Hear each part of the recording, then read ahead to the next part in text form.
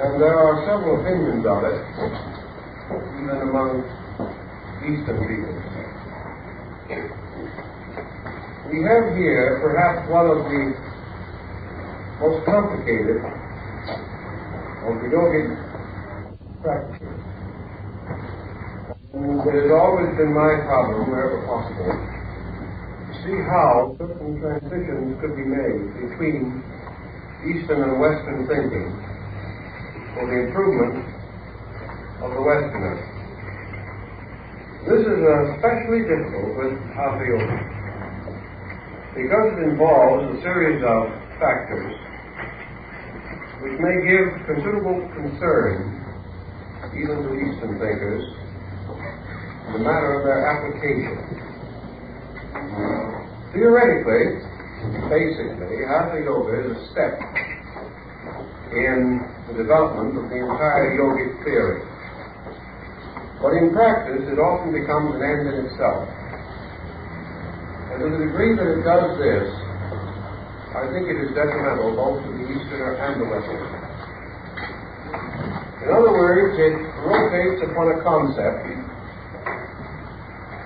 in which certain ethical overtones are not given perhaps their adequate importance. We mistrust profoundly any system which attempts to mechanize the spiritual growth of man, or to place it under the keeping of arbitrary factors of any nature. Yet at the same time, there is in the discipline and theory of Hatha Yoga a number of points that are useful to us. So we have to broaden the foundation a little and seek for that which we can use. And perhaps the first thing that comes to mind as important to us is the emphasis upon the relation between the person and the body. We have so long grown up in the concept that person and body are identical, that the house and the man who lives in it should be regarded as a package, as one entity. But we have lost sight of the fact that the person is more important than the body, that the person uses the body but is not the body, and for the most part, that the partnership between the person and the body is inadequate. The average individual either ignores body or becomes its servant. Either the body is comparatively unimportant to us and we live from day to day neglecting it utterly, sacrificing it to any ambition that we may have, or else we become body hypnotized. We become gradually under the control of this instrument, so that actually the gratification of the body in its various departments becomes the principal purpose for living. Both of these extremes are wrong, and both of these dangers are pointed out in Hatha Yoga.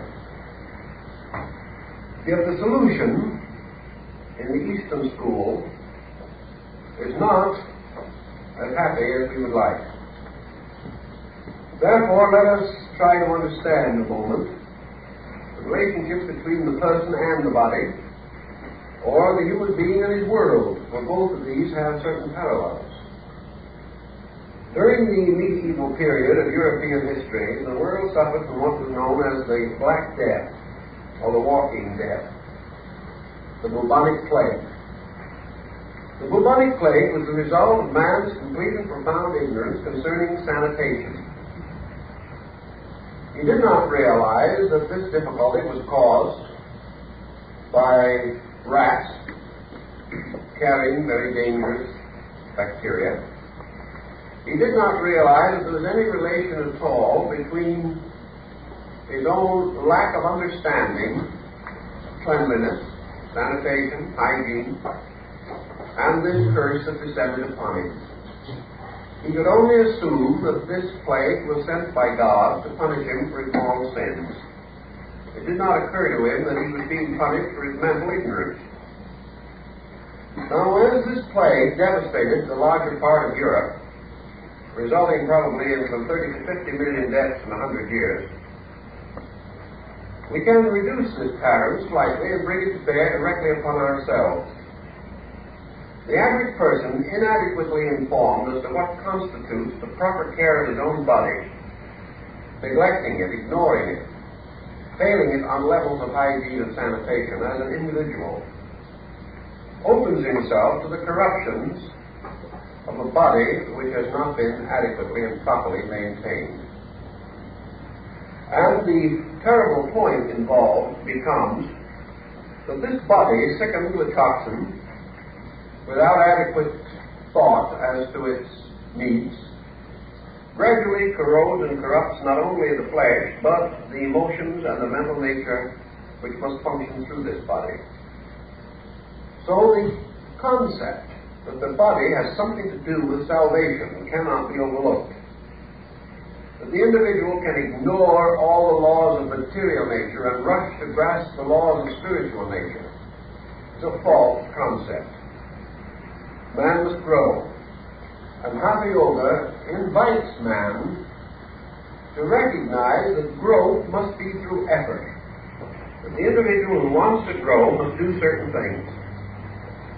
And that one of the things he must do is to learn to use and not abuse the body which he has received. A body which becomes either dharmic or karmic according to his uses and misuses of its natural resources.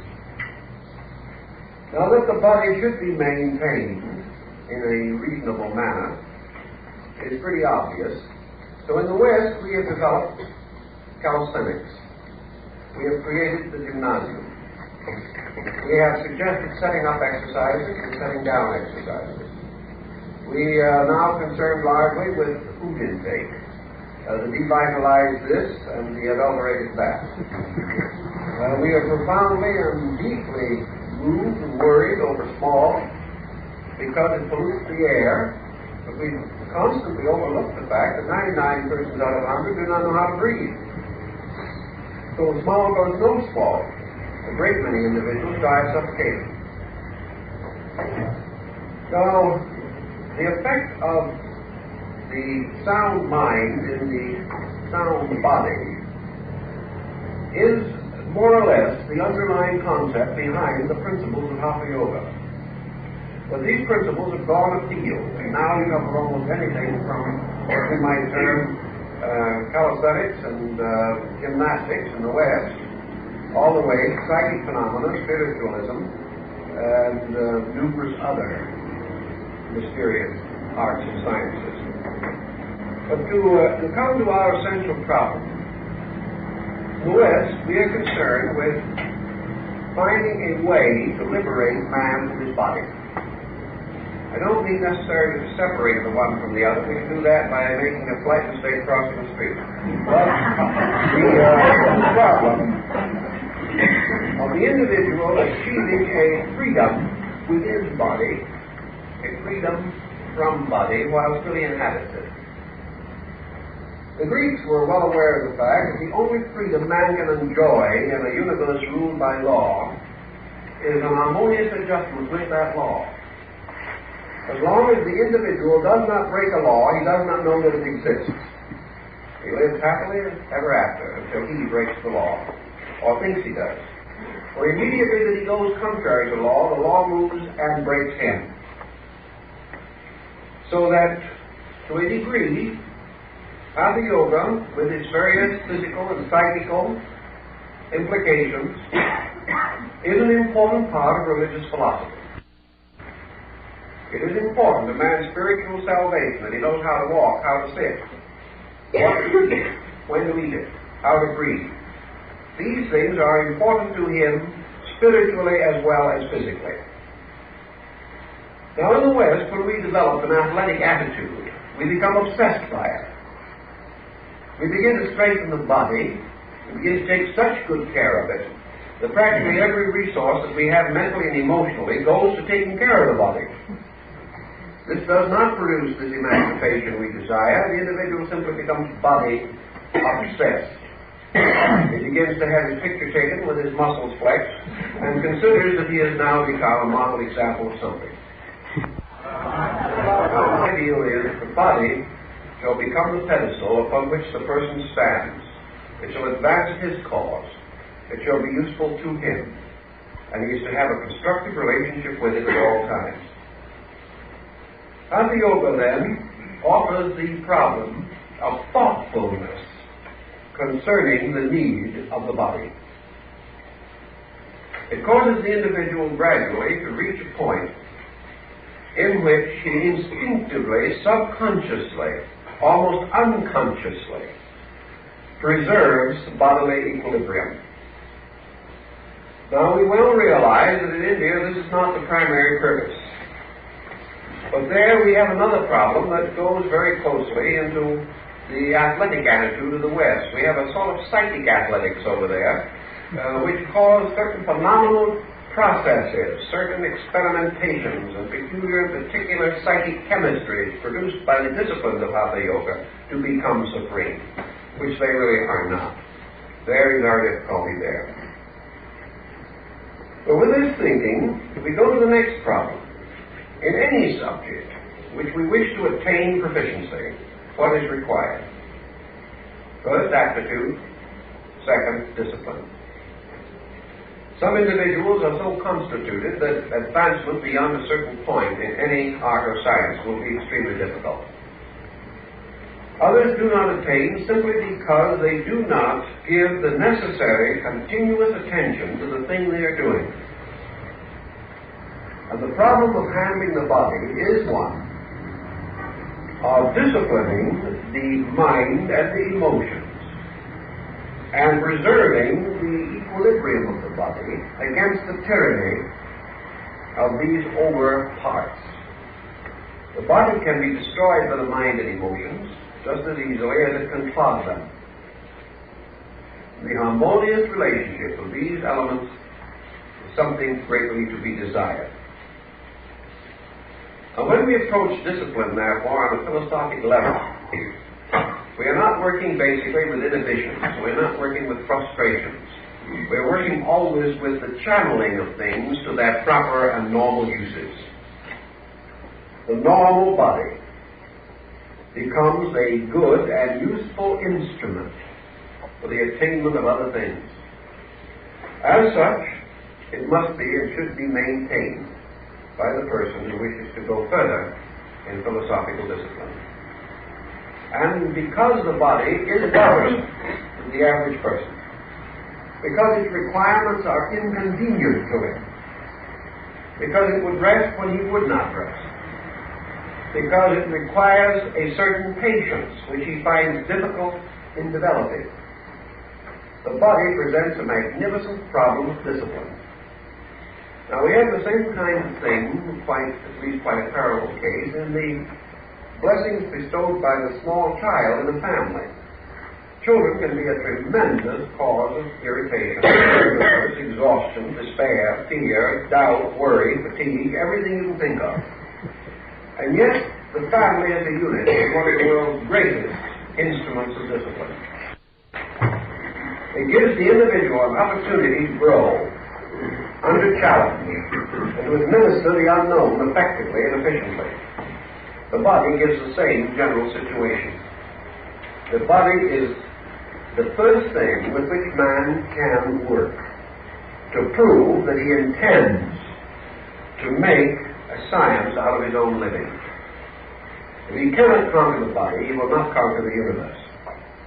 If he cannot bring it into some kind of a moderate, reasonable, normal pattern, he can scarcely expect that his ideas and attitudes are going to change the course of human history. The difficulty, of course, is that there is nothing less glamorous to work with than ourselves. The great glamour is when we honestly feel that we're about to change the course of other persons' lives. That's glamorous. Changing the course of our own is not glamorous. And perhaps the discipline is all the better because maybe no one but ourselves will ever recognize it. Although in time others are probably going to notice it also. So among people devoted to advanced thinking in general, we find 99 who wish to convey to others noble ideas, to one who wishes to convey them to himself and do something about them. So here is discipline. The discipline of the individual beginning with himself, and proving conclusively that he has put his own house in order before he goes out trying to change the course of other persons' lives and living.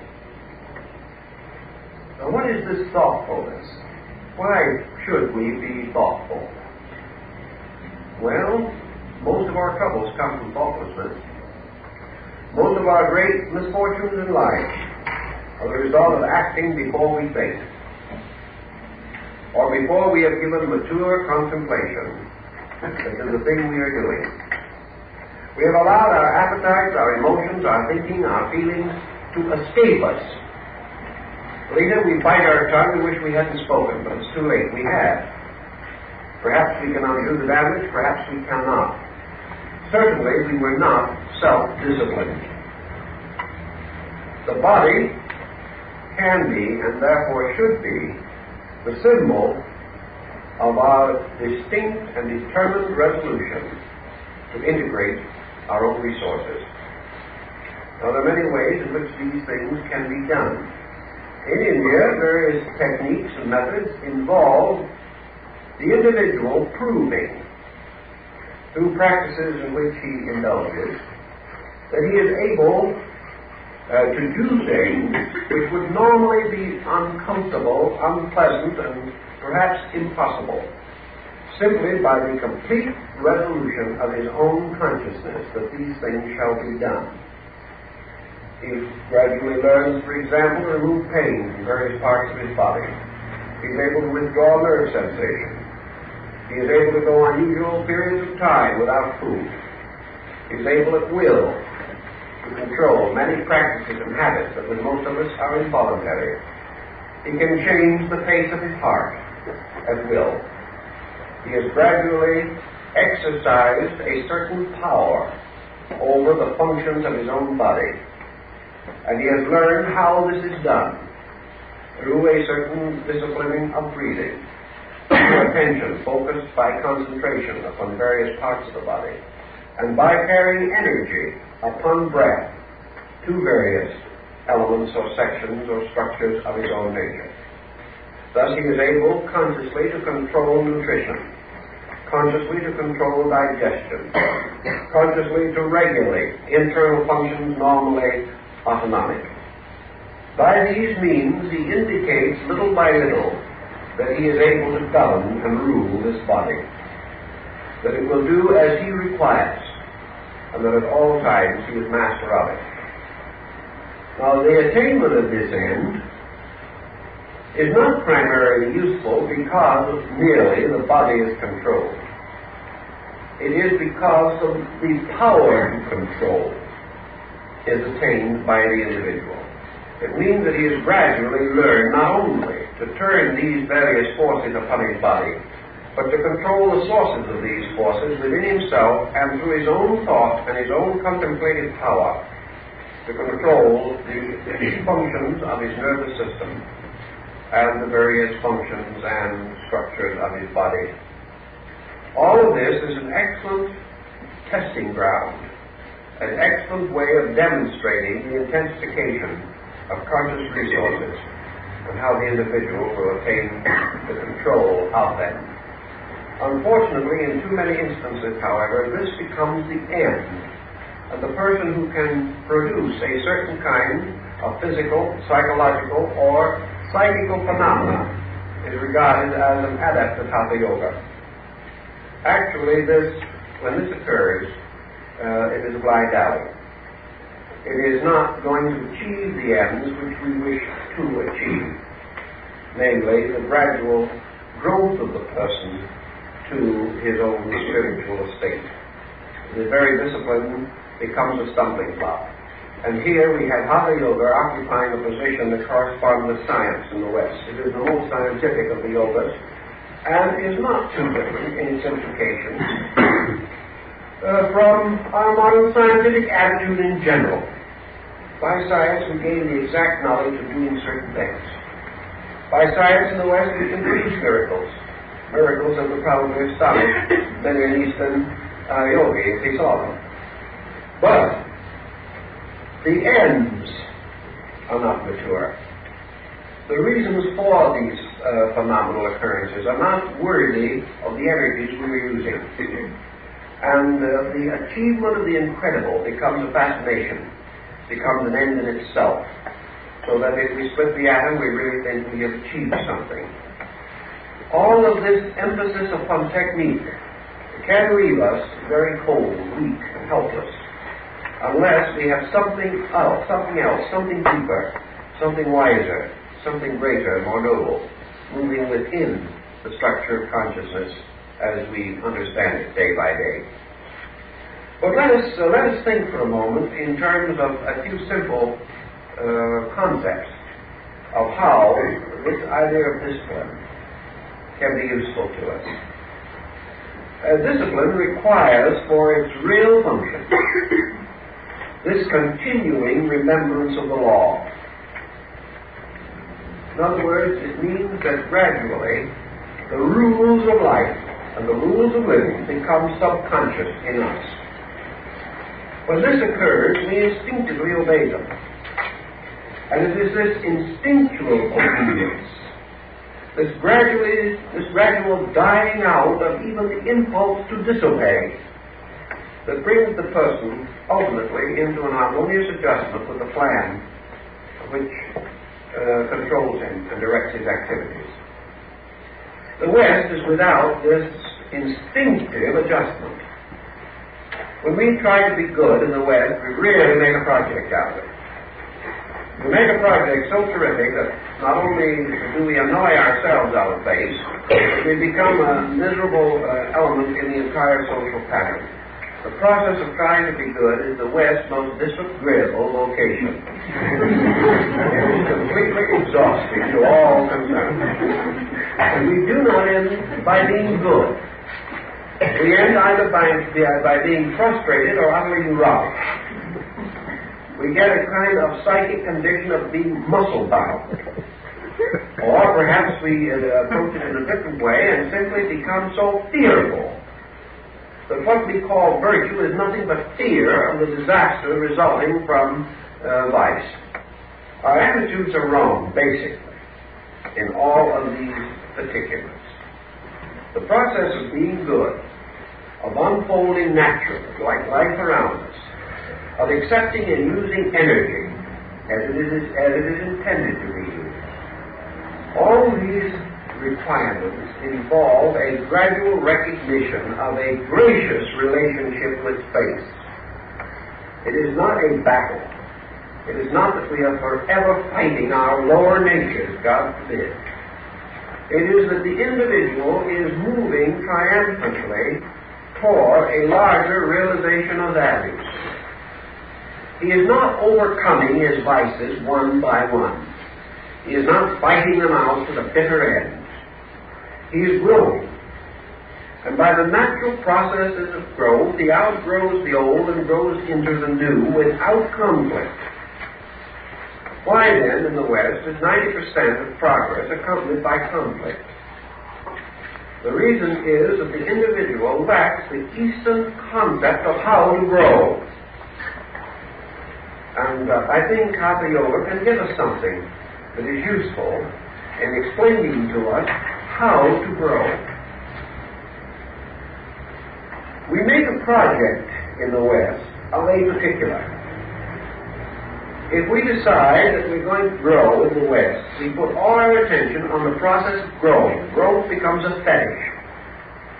If we decide that we are going to be wise in the West, we study, we research, we examine, we attend school, we do everything possible and make this wisdom problem an obsessing, completely absorbing progress or prospect of some nature. If we think we're going to be spiritual, or think there's any hope of it, we gradually submerge ourselves in this desperate effort to be spiritual. We neglect our friends. We look down our noses at the individuals who do profane and ordinary things. We have no longer time for friendship. We have no longer time for that little gathering somewhere or for relaxation. We've just got to be good, and we've got to work at it every minute. We are not good at the end of that time. We're just nervous wrecks for our relatives. We also have great trouble converting other persons to our beliefs because it is so obvious that these beliefs are gradually destroying us. Why should anyone else want them? In the contemplative approach, as we understand it in the Eastern way of life, the individual does not go after these things in this aggressive, militant, dominant Western mode. He realizes that growth and the development of wisdom, the development of understanding, the release of spiritual resource through the individual, all of these things are perfectly natural. The problem is not to try to make it happen. The difficulty has been that we've spent thousands of years building Western civilization to make sure it couldn't happen. The whole thing has been that we have built resistance to what we want, under the delusion or illusion that that is the way we will get it. So we come back again to this problem that we mentioned before, these simple words in the Bible which probably give us more clue to internal growth than anything else in Western religious writing, and that is the simple statement, be still and know. Now, Hatha Yoga has to do with the body being still. It has to do with the gradual relaxation of tension and the removal of all obstructions within the body to the free circulation of life. Wherever we have disease in the human body, we have obstruction. Wherever we have obstruction, we have conflict. And when life in its natural and free motion in space is prevented from achieving its motion by some circumstance or condition unnatural or unreasonable, then we begin to have tension. We have pressure. We have the gradual rise of negative elements and factors. In the body, we know this through elimination. We know that if the individual fails in his eliminational processes, that the whole body and finally the psychic economy will be injured. And that many an example of what appears to be bad thinking or emotional upset is simply due to lack of proper elimination.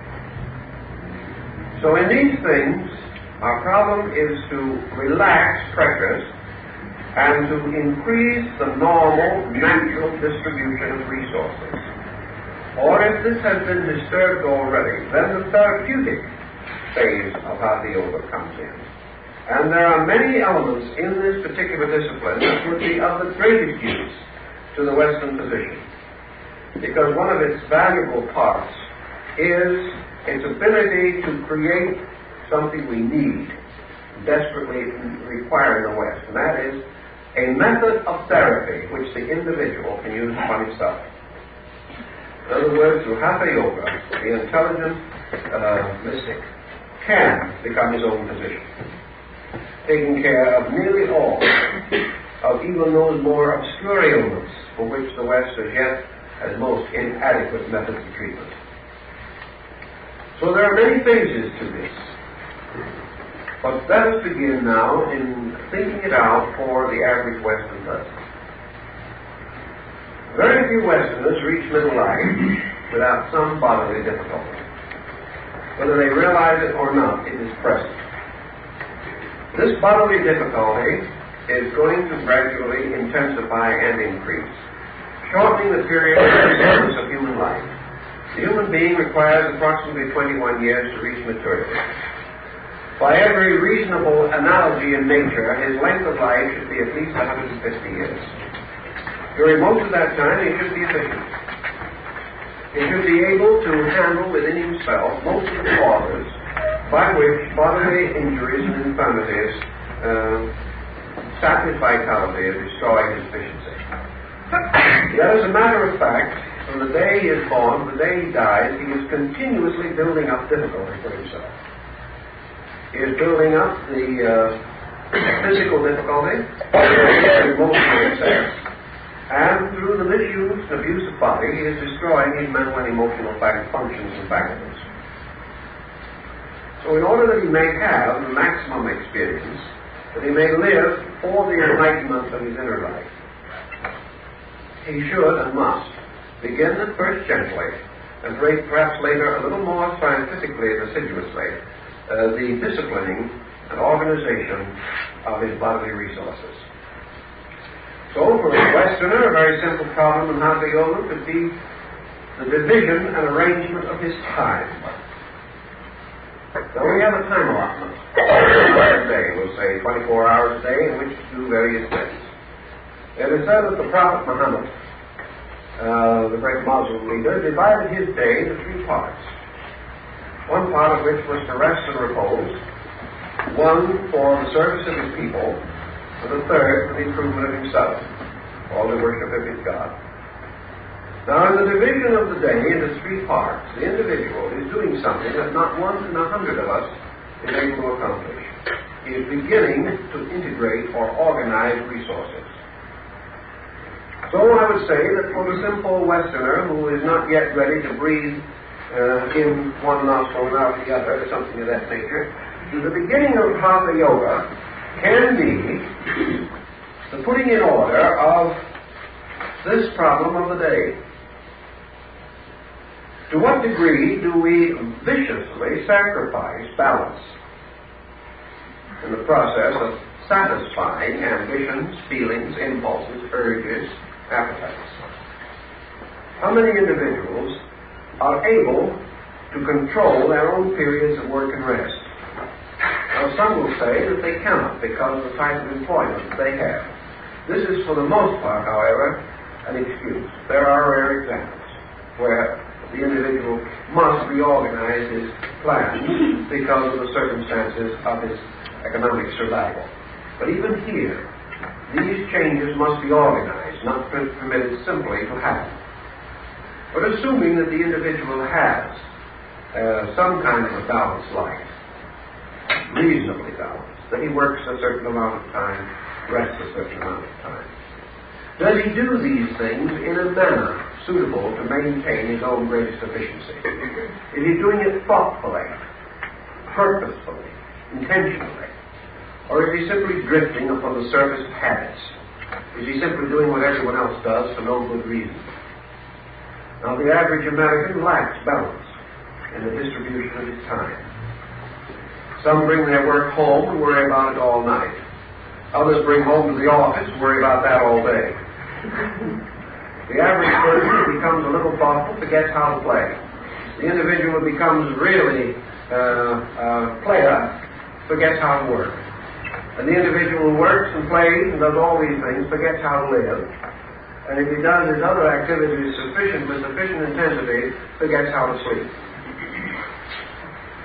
To bring these things into patterns, so that the various parts of the personality have their reasonable opportunities, that the individual has a way of controlling his own activity, controlling his own thoughts, controlling his own appetites, doing those things which he knows to be reasonable and right, and when the time comes, refraining from doing those things which are unreasonable. Now, this takes thoughtfulness. The individual must give a little time and attention to the organization and integration of his own life. 99 out of 100 persons interested in advanced thinking do not know how to relax.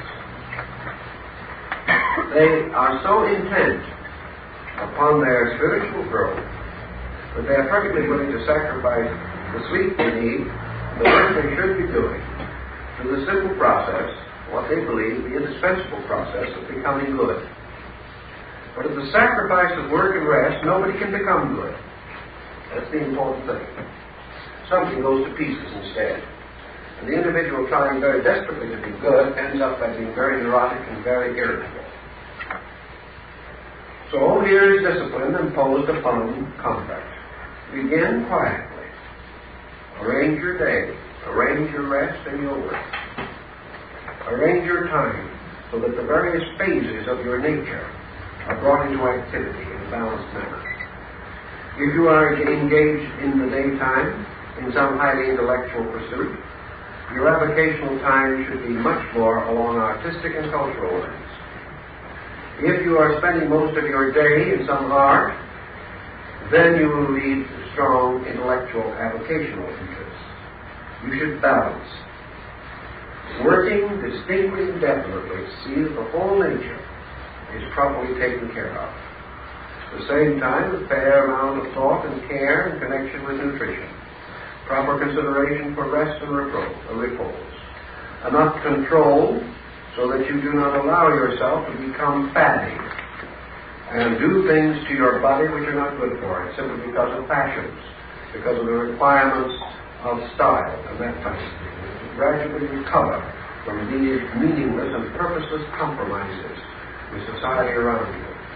Not to an extreme, but to a reasonable degree, so that you are not injuring yourself in order to please people who are not worth pleasing.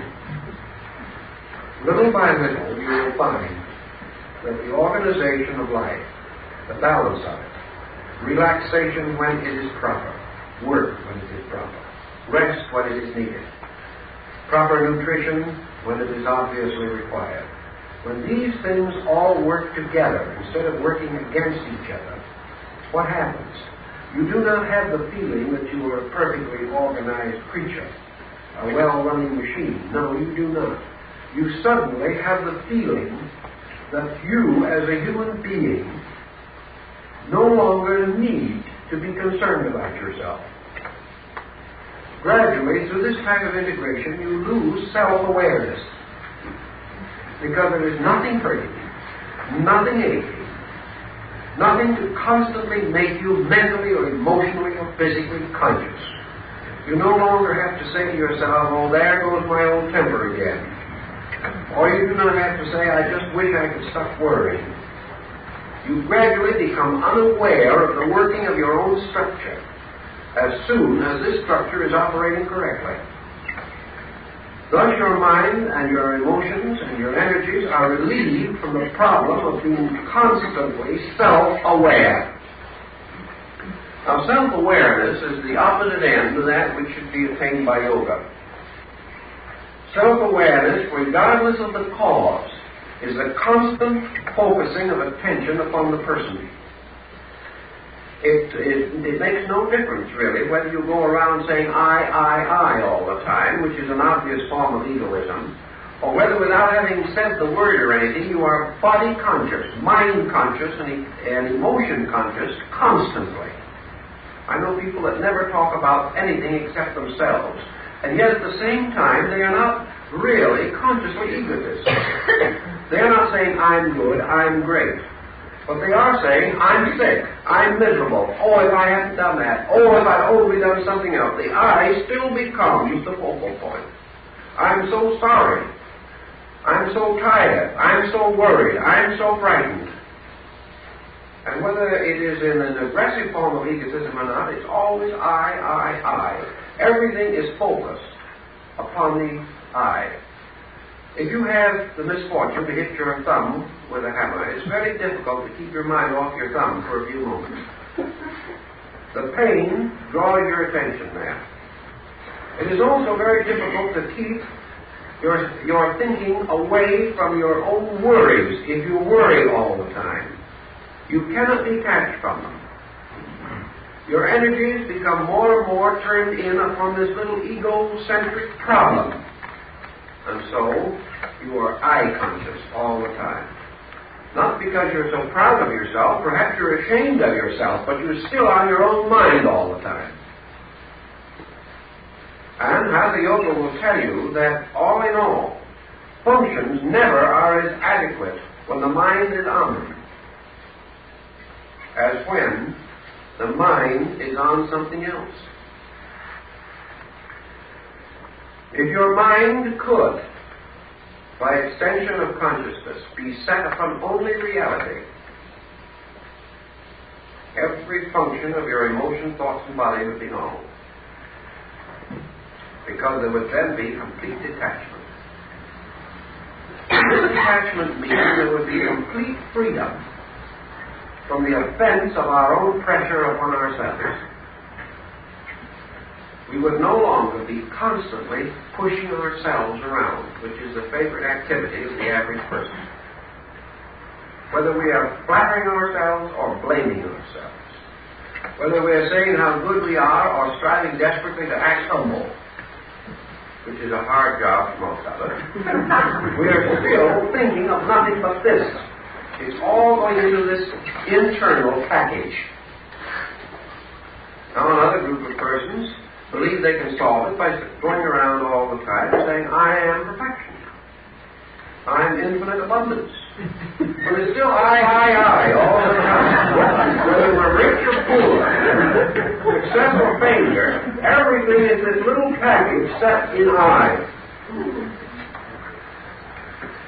You very seldom get a good recovery from sickness or anything of that nature while the individual just sits around and thinks about himself. Very common form of nervous breakdown involves a certain amount of cardiac difficulty, where the heart becomes a little irregular, or we have tachycardia, or a drop beat, or something of that nature. When this happens, the individual becomes what we commonly call a pulse taker. He's always wondering whether his heart's still beating or not. So he is completely unaware of the fact that if it wasn't going, he wouldn't be able to grab hold.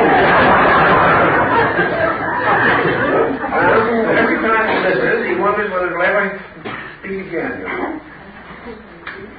And that is an excessive form of this same problem. We become hypercritical, hyper-watchful.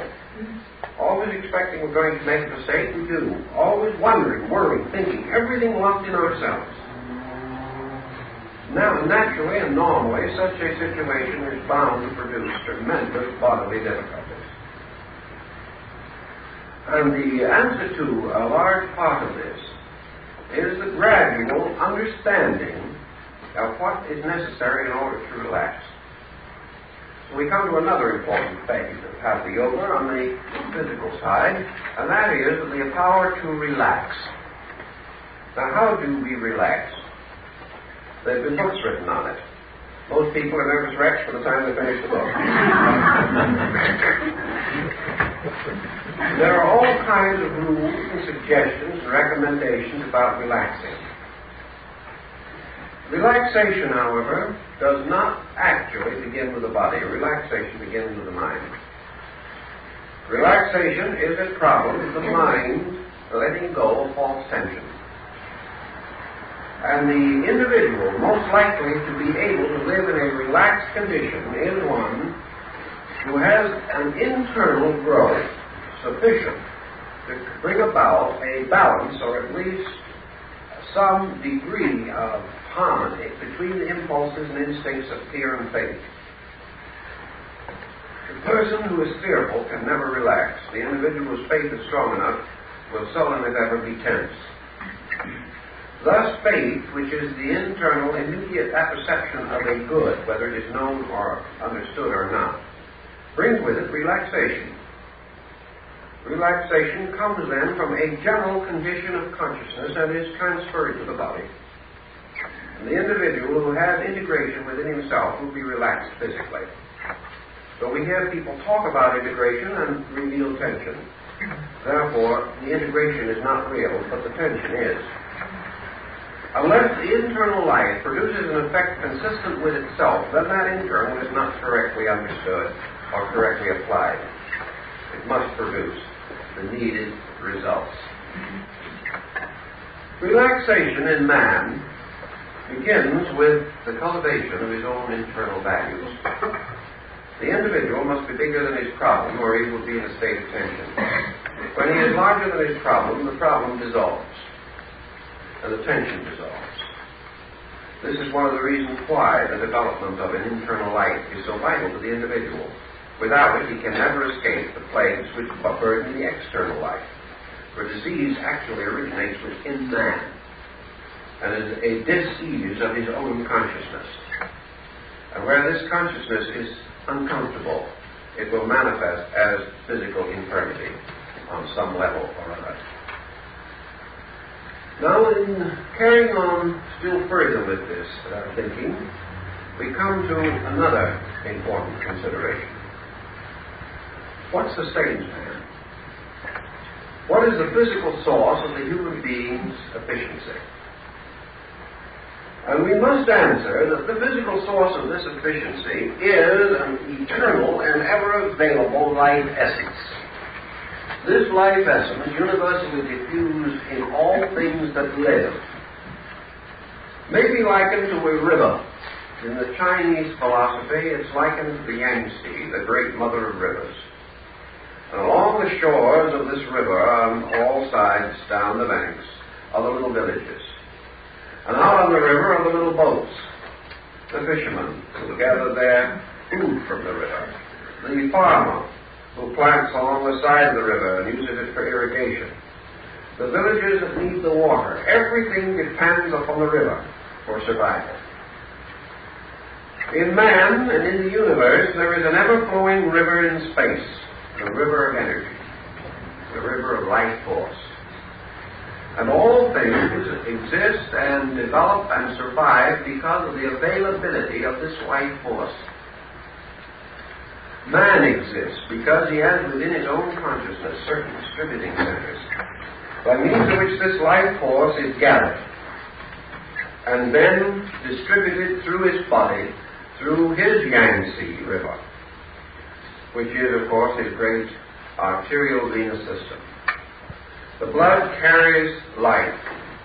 The nerves carry life. The breath carries life. And just as life is born also in the rays of the sun, everything depends upon one life for its survival. As a great city must be sustained by a vast water supply, and sometimes it is necessary to go, as in the case of Los Angeles, we are contemplating even going to the Columbia River and bringing water all that way, and we've already gone to the Colorado River for water. We have to have water for this enormous city. Man lives by life, a water of life. And his entire activity, whether it is physical, vital, emotional, or mental, all depend upon this universal life principle. This principle, in its normal and natural function, is available to man. It is available to him at all times. It is always present in him, or he could not live. But man is a very intricate structure. And in very few human beings is the distribution of this life principle complete and adequate. In each human being it is incomplete for some reason or other. It is incomplete because man is incomplete. He first of all could not distribute the entire energy field. He is not attuned to it.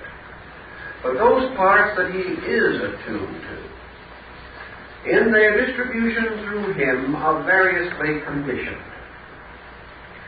And this conditioning is due to the possibility and the factuality that the human being, by psychosomatic tensions, is able to constantly influence the distribution of energy through himself. He can, by a single thought, block energy. He can, by another thought, release energy. He can deprive certain areas of his nature of energy by what we might term archetypal thinking, archetypal emotions. Every feeling that we have as an emotional being and every thought that we have as a mental being have, in some way, physical polarities in our structure. These physical polarities, reacting to psychic stress, open and close doors in our physical, vital circulation. As a result of that, our habits, our patterns, our attitudes, our policies are all, to a degree, resulting in an imbalanced distribution of energy. Every time we are angry, we create within ourselves a situation as unpleasant as the fission of an atomic bomb. A temper-fitted man is as dangerous as an atomic bomb in the world. All all the pressures that we have, the ability of emotions and thoughts, all of these affect the distribution of the life agent through the human body. Every attitude we have also sets up habit patterns in structure.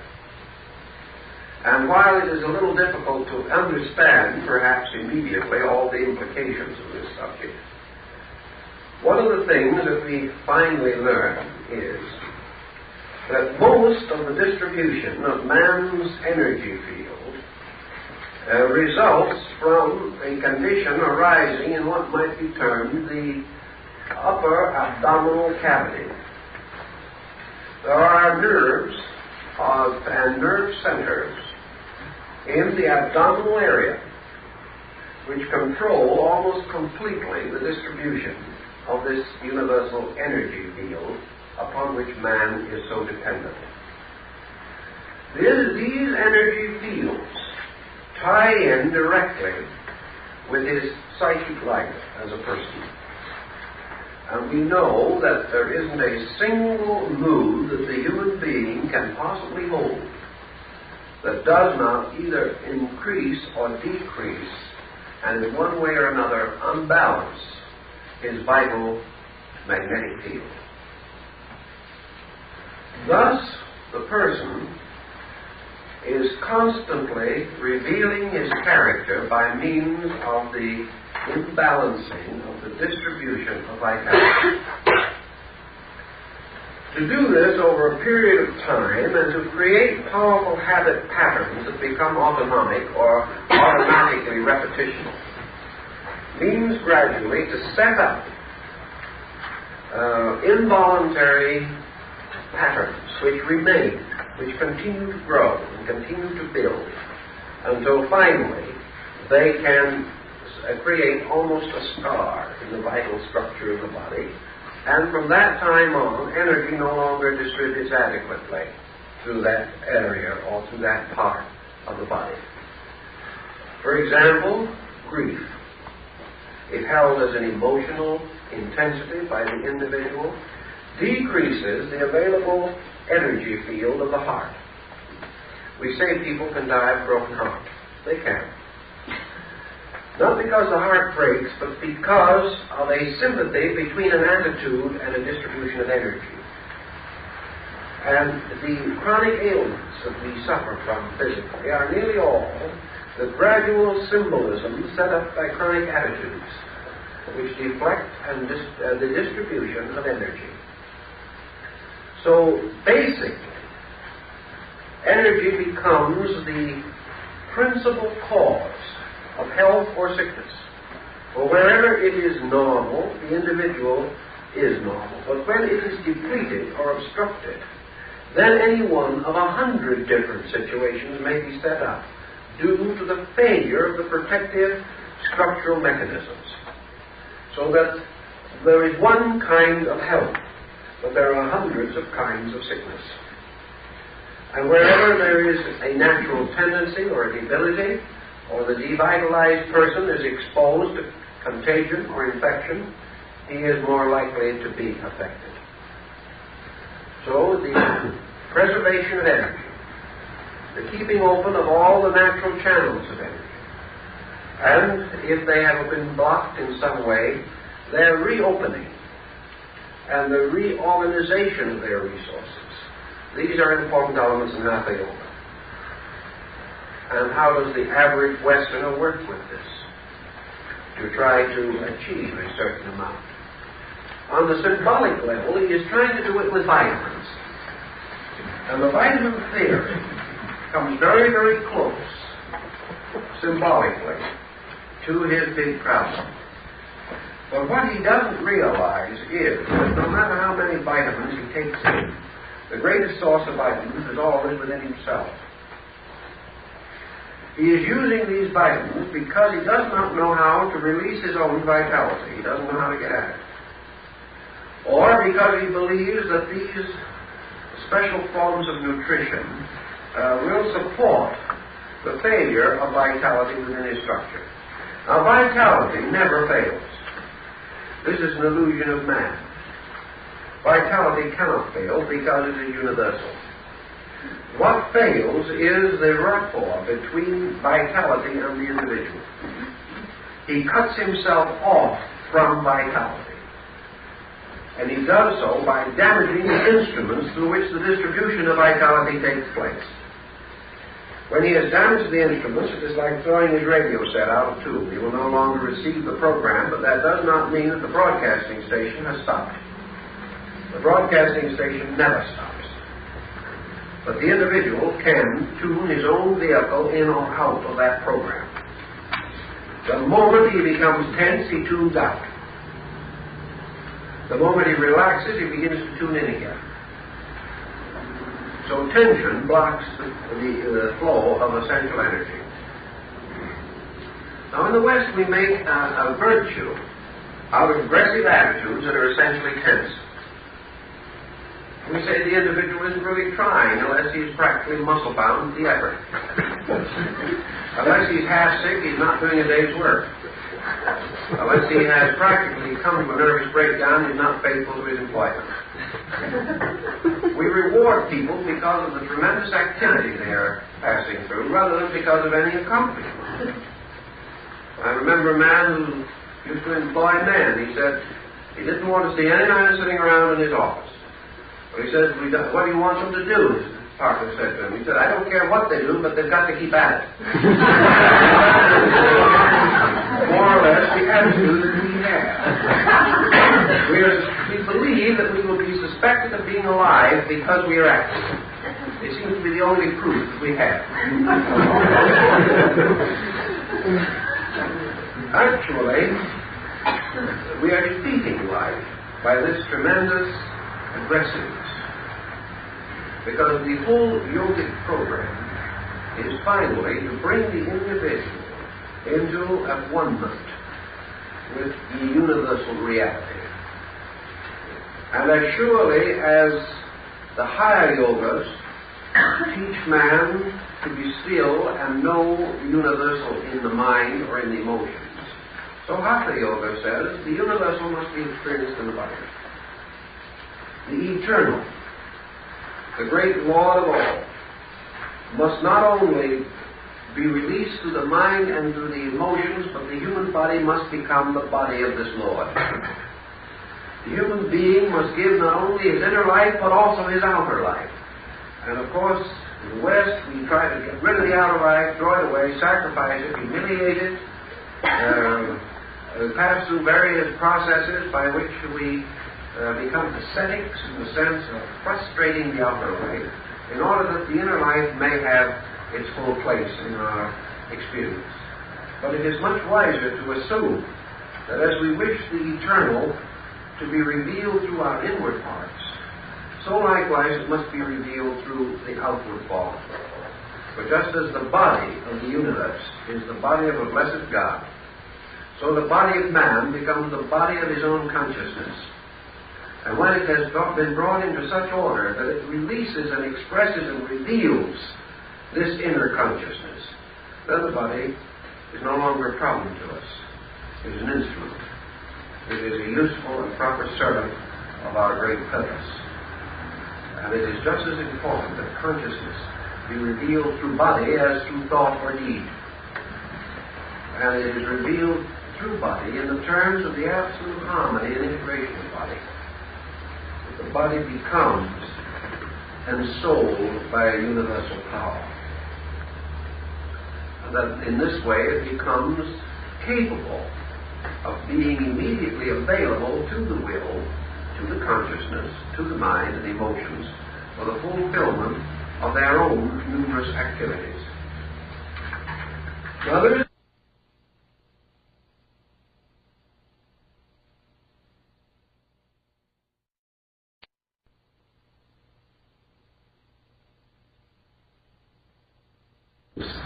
this inner consciousness, then the body is no longer a problem to us.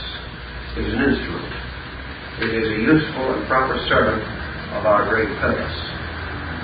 And it is just as important that consciousness be revealed through body as through thought or deed. And it is revealed true body in the terms of the absolute harmony and integration of body. The body becomes ensouled by a universal power. And that in this way it becomes capable of being immediately available to the will, to the consciousness, to the mind and emotions for the fulfillment of their own numerous activities. Now there is another question that arises in this matter, and that is the sublimation of body. In the great processes of evolution, as taught in Eastern thinking, there are two schools. One is that man is going to gradually escape from body. The body is going to be tossed aside like an old garment along the road somewhere. Perhaps this is one of the reasons for a peculiar symbolism that we find in the teachings of Buddha.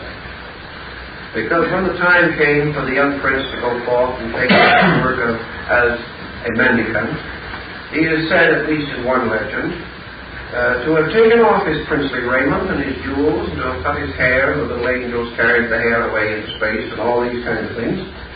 And then he looked for an appropriate garment with which to cover his body, which would later become the symbol of his order.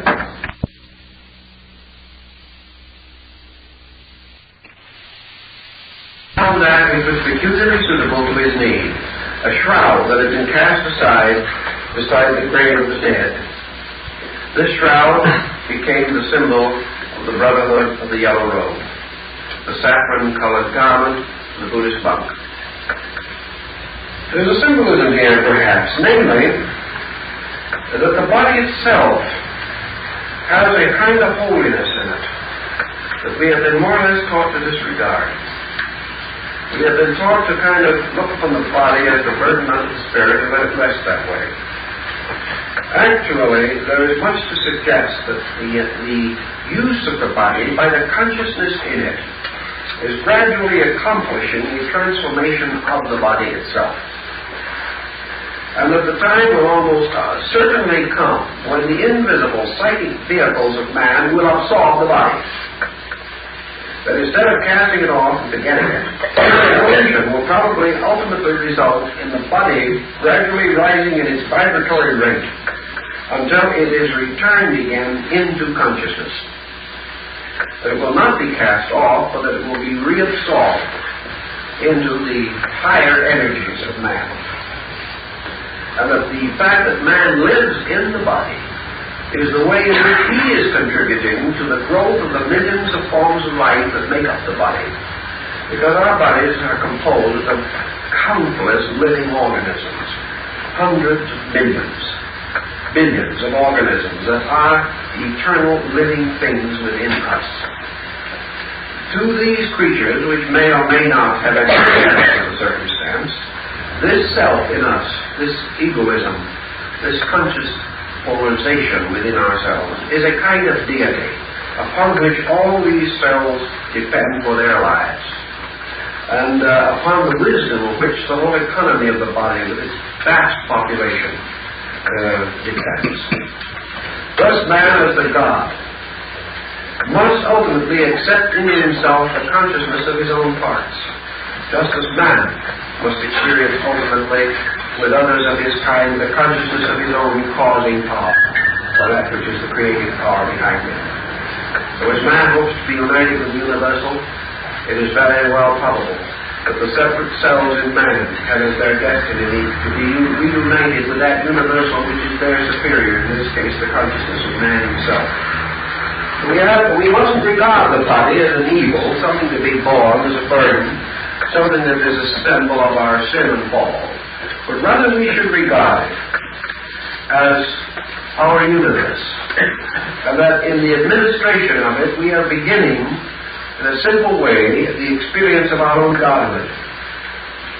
For just as we live and move and have our being within a universal consciousness, so these little lives have their life and move and have their being within us. And in some way, our consciousness is diffused to become theirs. And the restoration of their consciousness into unity is the restoration of our own. Thus, in the process of integration of consciousness, man draws all these innumerable little life units gradually back to form the over unit of himself. They return to him as we hope to return to God. And through this experience, we are fulfilling a responsibility to body. For body is our world. Body is our universe in which we are experimenting with the tremendous creative powers of nature. We are not aware of this as yet, but there is much to cause us to assume that it could very well be the truth. And that therefore, we are here to redeem body, not to destroy it. We are here to bring about its resurrection within us to these spiritual ends and purposes for which it was intended and originally fashioned. Now, Hatha Yoga gives us something else to think about, because not only do we have the body to consider, but we have the effect of body upon mind and emotion. Man has recognized the need for thoughtfulness. We all need it. We practice too little of it. And as a result of thoughtlessness, we get into innumerable complicated situations that deplete and depress all of the resources which could normally be available to us. Thus, we block our own energy supply by circumstances which we have permitted to occur, which should never have occurred, and would never have occurred had we been thoughtful. Now, the average person has got to learn to be thoughtful. He's had too much experience in being thoughtless. He has too many bad habits to break down. So he can become thoughtful in various ways by the disciplines which he imposes upon his own life, symbolically, visibly. Have you ever thought, for example, what it would mean to sit down and keep quiet for 5 minutes? Everyone says, oh yes, I can do that easily a minute. So try it. You'll be lucky if you last 5 seconds. You will find that the moment you relax, the moment a dynamic objective no longer presses you away from yourself, and you begin to fall back into yourself, that you're in trouble. You will find that in the moment the controlling purpose is not there to help, innumerable small secondary purposes begin to objectify. A friend of mine who tried very hard to concentrate over a number of years and never was able to get anything out of it except a headache, told me on one occasion that the moment he tried to sit quiet and concentrate, something itched. Well, that is comparatively common. Something does itch. And sometimes it's one of those psychic itches that is so deep you can't even scratch it. But this problem is that the moment we relax our control, there's a tendency of everything to go to pieces. Nothing seems to be able to run of itself. And the moment we try to release our consciousness for any subtler and deeper purpose, something itches. There is no cooperation, no basic cooperation. And unless the body is brought under discipline, symbolically at least, the individual cannot depend upon it remaining quiet when he wants it to. And if the body does not remain to a certain degree quiet under certain conditions, there is practically no possibility of an over-life for that person. He can never get far enough from the storm and the fury to achieve anything as an internal being. The body is forever nagging him, forever disrupting him, forever reminding him of itself. So he has to learn to struggle with that situation and overcome it. And one of the problems in yoga is to achieve internal freedom from body, in the sense that the individual can sit down quietly and have an inner life when and where he wants it, as he needs it, as he demands it, without this endless interruption on one level or another. If the body doesn't interrupt, the emotions are very apt to. And if the emotions will not, then the thoughts will. But the individual seeking to establish a situation of receptivity within himself is always bothered by himself. There is something that never lets go, something that never permits him simply to make the adventure of identification with reality. The illusions are always working. They never rest. It's like the sound of a great city. There is never any silence. And in this compounded man, there is never any silence unless this silence is the result of a scientific solution to the problem of the sound. It will never happen by accident. The individual will never wake up some morning and find that he can do these things unless he has tried and labored and learned and disciplined. Now, the purpose of yoga, basic purpose of yoga, is a reversal of the object-subject relationships which we know in life. In the West, man is to possess truth. He is going to conquer it. In the East, he is going to be possessed by it. In the West, he is going to know.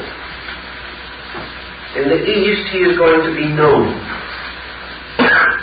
The consciousness of the Western man is attempting to solve the mystery of reality.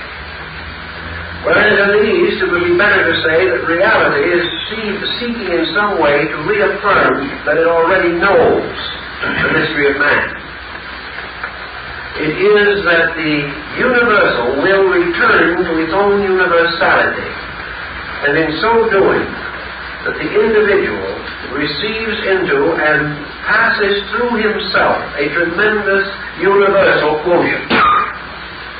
He is not going to achieve a personal illumination.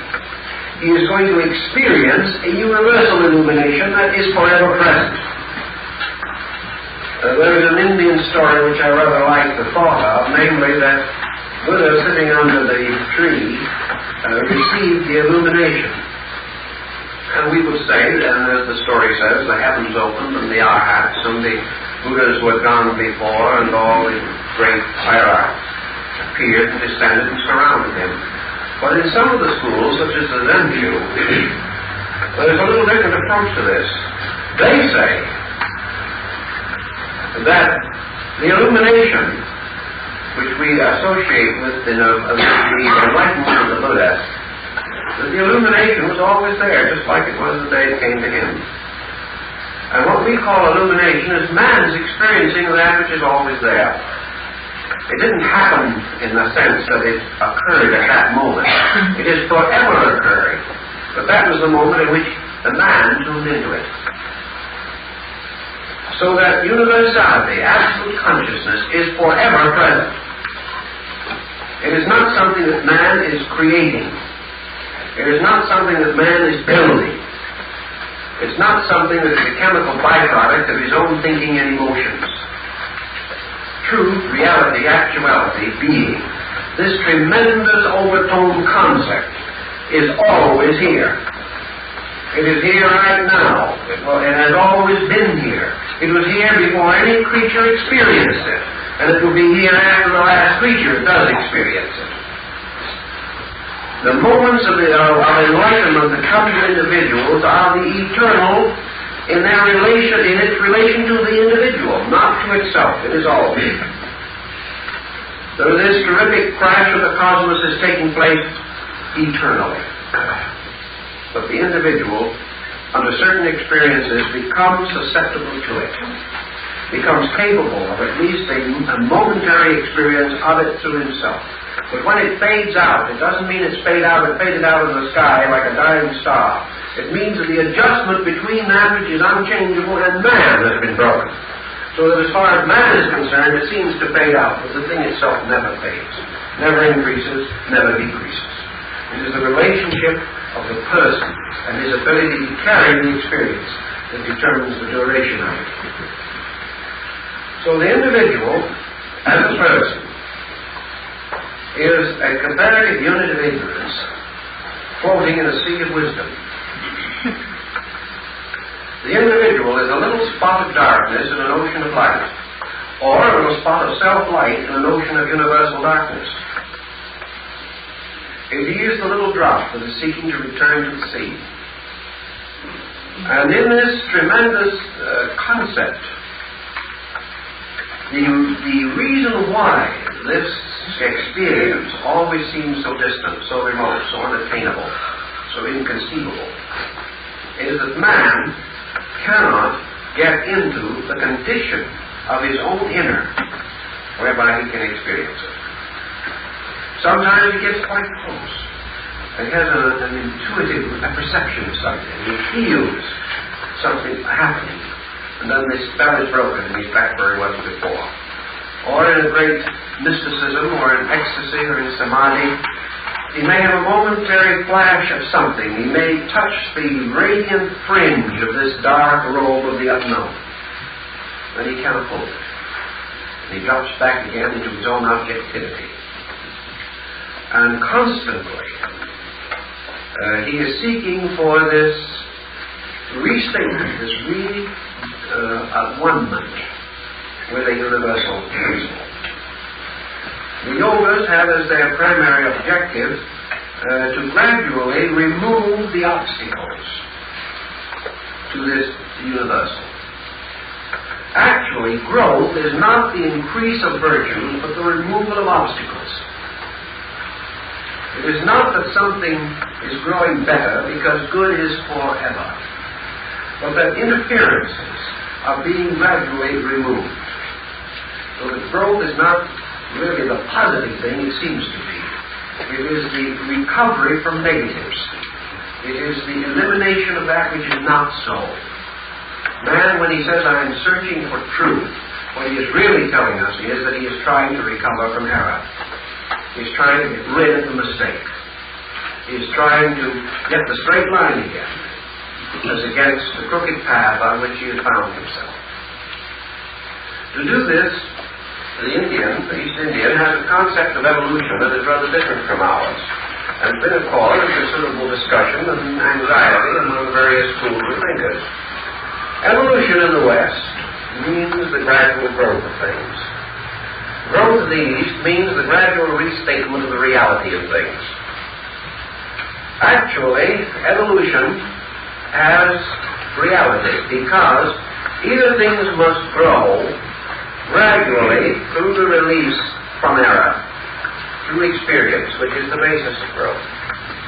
The individual, age after age, restating, reaffirming his own mistakes, suffering from them, comes finally to giving them up one by one. And as he does so, he is said to grow because he's getting over his own mistakes. Now this is evolution. Now it can take a very long time, or it can take a shorter time, depending upon the integrity and the energy that is directed toward this particular end. Now, as the Taoists in China will tell you, the supreme action of the will is that action which annihilates the will. That the supreme end of all of these processes of growing is that which transcends growth itself, with the recognition that the ultimate is already here and has always been here. Therefore, that growth is bridging an interval from error to reality. And that this can be bridged either by fighting toward reality or by the sudden and dynamic relaxation of error. A terrific relaxation of error. And this is the process of being still, the dropping away of the entire concept of error. This, of course, sounds like a quick way to do it. But don't get too excited. Because what it takes to get the consciousness into the condition that it will let go of error is not a simple matter. But theoretically, the individual could achieve the samadhi or the nirvana, or even the paranirvana, instantly. Theoretically. Factually, he's not going to make it. Because he cannot blast this personality atom of his own consciousness. But actually, he can achieve a transcendence over the evolutionary process by the tremendous achievement of that which is the natural end of evolution, the breaking up of the error pattern, the breaking up of the fixation of the mind, by means of which things have appearances but not reality. Nothing is either good nor bad, but thinking makes it so, is an old Eastern axiom. So if thinking makes things good and bad, to stop thinking means that they are no longer good or bad. And in that, they are real. Because both good and bad are dreams. But the suspension of the power to formulate the concepts of good and bad results from discipline, results from the gradual direction of consciousness. Now, the Western psychologist is of the opinion that this Eastern method is to drop the individual back into a negation. That what the Easterner is trying to tell us, according to the Western psychologist, is that the individual should renounce everything that he has achieved from the beginning of time. That the individual is to admit, frankly, that his own existence is a mistake. And that his entire civilization, his world, his culture, all of these things are delusions. And that the only solution to himself is the complete removal of himself. That is a Western conclusion drawn by a broad stroke by an individual who didn't know anything about it. Because that is not actually what is implied or intended. It may seem to be so, but it is not actually so. The thing that lies underneath this project is that man is faced with a dilemma. He's going to have to face it sometime. And that dilemma is that the fragment can never, of itself, possess totality. The individual, like a fish in an ocean, will never be able to drink the whole ocean. And yet, the individual's desire to know, the impulse to know, is endless, beyond any conscious control by himself. The desire to grow is innate in man. The desire to find reality, as Lua demands, is the beginning of time. But he has worked upon the basis of contemplation, namely that he can sit somewhere or stand somewhere and look out and see reality. That he's going to be able to sit down and listen while someone tells him the truth. Or that he's going to be able to look out and see the truth and say, well, now that's the truth and that isn't. He is always assuming that as a separate contemplating entity, that he is going to be the spectator to the revelation of universal reality. It's going to happen and he's going to see it happen. And from that time on, he's going to know what it is. So when Pilate asked Jesus the question, what is truth, the Master was silent. He didn't answer. And theoretically, he was the only one that could have. But he didn't.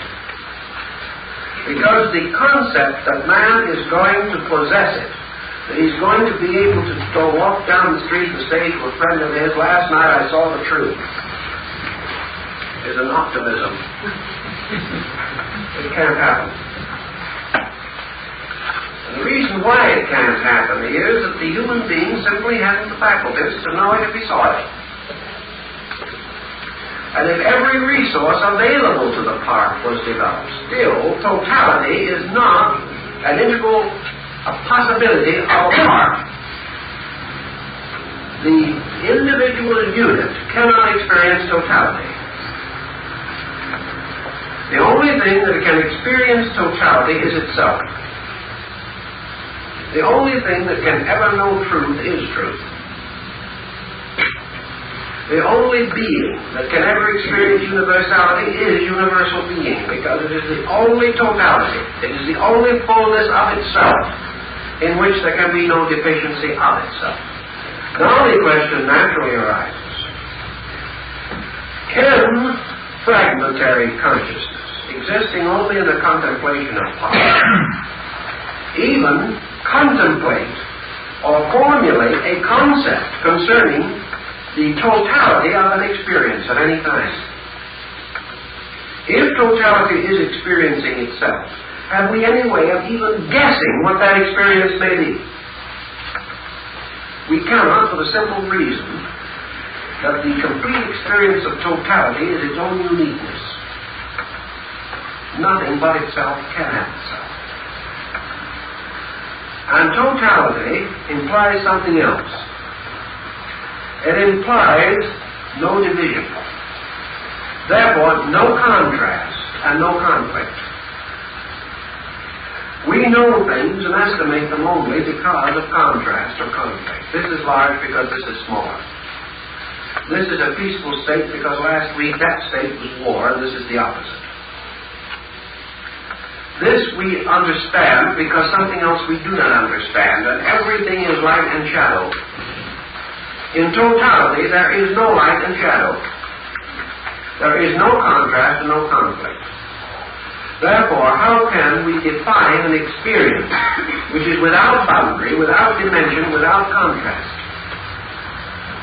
The Westerner, trying to work with it, comes to the conclusion that it sounds to him like a great big hole in the dark. The only possible experience that universality can have of itself is a universal experience which to the Western thinker would be equivalent to no experience, complete suspension of experience. That would be true if it had to be estimated in terms of any experience that we know. And we go back to our psychological problem. We have this term, the unconscious. But are we to understand that as something in itself unconscious or something of which we are unconscious? Actually, we have only the assumption that we have bestowed the name unconscious upon that which transcends our concept of consciousness. Yet we have no way of knowing that the unconscious is unconscious of itself. We are unconscious of it. Now, totality, as an experience of consciousness for man, is therefore impossible of attainment.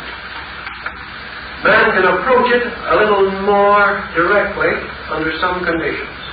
But as he approaches it, as he gets even a step nearer to it, he discovers that the definitions of fragments as he has known them, these definitions lose their distinction.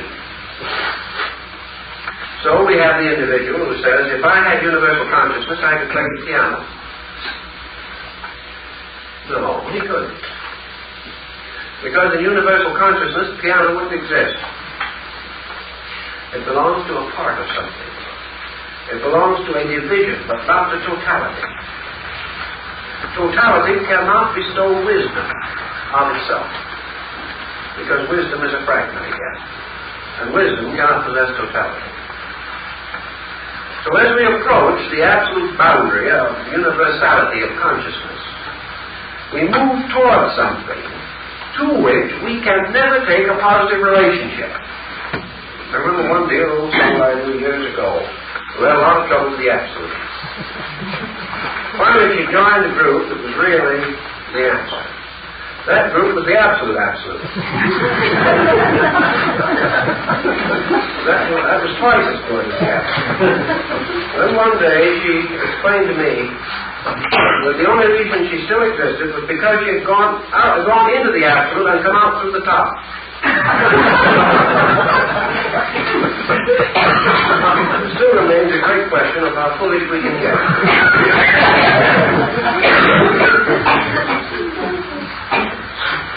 But we cannot contemplate that, because the very thing we contemplate with is part of it. And the contemplation of it still means two things. Someone contemplating and something to contemplate. So there has to be two, or there can be no relationship exist. But therefore, as we approach this issue, we have to be the contemplating power, and we have to contemplate what is over there. In so doing, we still are completely in a sphere of fantasy, because the only thing that we will find over there is what we are here. And instead of finding the reality, we will see only the reflection of our own little circle of consciousness in space. The contemplator can see nothing but himself. Therefore, to him, the universe is someone contemplating back at him. And he doesn't know that it's himself.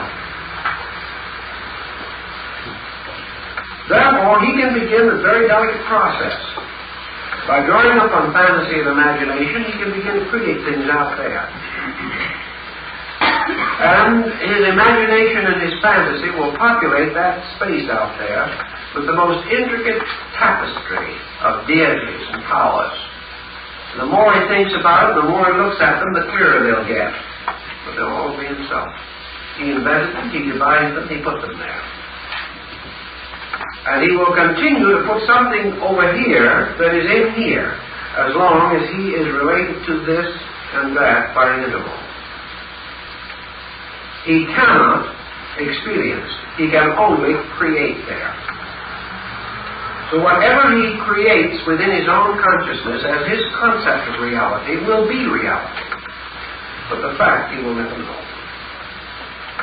He will always be seeing only the products of the illusional focus of his own individual contemplative nature. So he cannot get there. The self cannot get there, and it never will. The only thing he can do is to gradually pass from the consideration of lesser things to the consideration of greater things. He can pass from the hypnosis of materiality to the hypnosis of theology. On the material plane, he was serving false gods. He could do the same thing on the theological. But as long as he is a contemplating unit, examining and estimating something separate from himself, whether he see that separateness inside or outside of his own body is not important. As long as he conceives it as something that can be contemplated, the interval remains. And he cannot cross that interval because he cannot challenge or assail or attack that infinite that is there. What then is the only possibility that he can achieve? He has to move from a contemplative footing to what may be termed a meditational footing. He has to move from an effort to know to the condition of a capacity to receive. Totality can reach him, but he cannot reach it. Totality has always been within his grasp, but he didn't know it. He can receive it, but he cannot demand it. He cannot visualize it, he cannot explore it, but it can visualize him and explore him. So that in the Eastern concept, the bridge across this interval is to pass from the state of the observer to the state of the participator. In other words, instead of seeing, instead of attempting to analyze with the best Western technique, the ability to become receptive to it, to let it move in upon you, is the important thing. Now, it cannot move in upon you if your house is already full. It cannot move in upon your selfhood and annihilate. Because the universal power, presuming it could do so, has no right to do so. That power cannot destroy you. It cannot even destroy an illusion for you, because it's the cause of all the illusions you've ever had anyway. It will not destroy this central force. It can move through you and past you, and you will never know it is there. The center of focus becomes, in a strange way, the great sacrifice. It is the eternal martyr, the scapegoat, that which must die for the sin of the world. It is the voluntary renunciation of the contemplating selfhood that makes possible the universal experience. And that has to occur by the individual voluntarily moving from the condition of an observer to the condition of one experiencing a receptivity into his own nature. Thus, as the self, or the center of contemplation, relaxes, to the same degree the universal seems to move in upon the individual. And as his own definition of what it is ceases, the experience of that which it is becomes possible. As long as man says reality is square, it will always seem so to him, and he will never know what reality is. If he says it is round, he will never know what it is. If he names it, he will never find it, as Van Dyck says, but the one who finds it needs no name. Thus, whatever his own consciousness says about it, that definition blocks the reality. No matter how noble, how beautiful, how generous, how kind, how laudable this definition may be, it still blocks the fact. Man can say God is all, and by that he has blocked the fact. He may say God is good, but by that he has blocked the fact. Because the moment he imposes anything from himself upon that, the thatness of it is gone forever, as far as he is concerned. Consequently, in the problem, the individual is forced to face the fact that he cannot get across that interval. The only thing that he can do about it is to reduce gradually his own definition, realizing that to the degree that he can escape from what he thinks this is, to that degree he may find out what it is.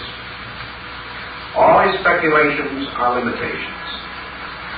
His only hope is that this thing will experience him, and that gradually he will be capable of an identification with a state that is completely beyond personal experience.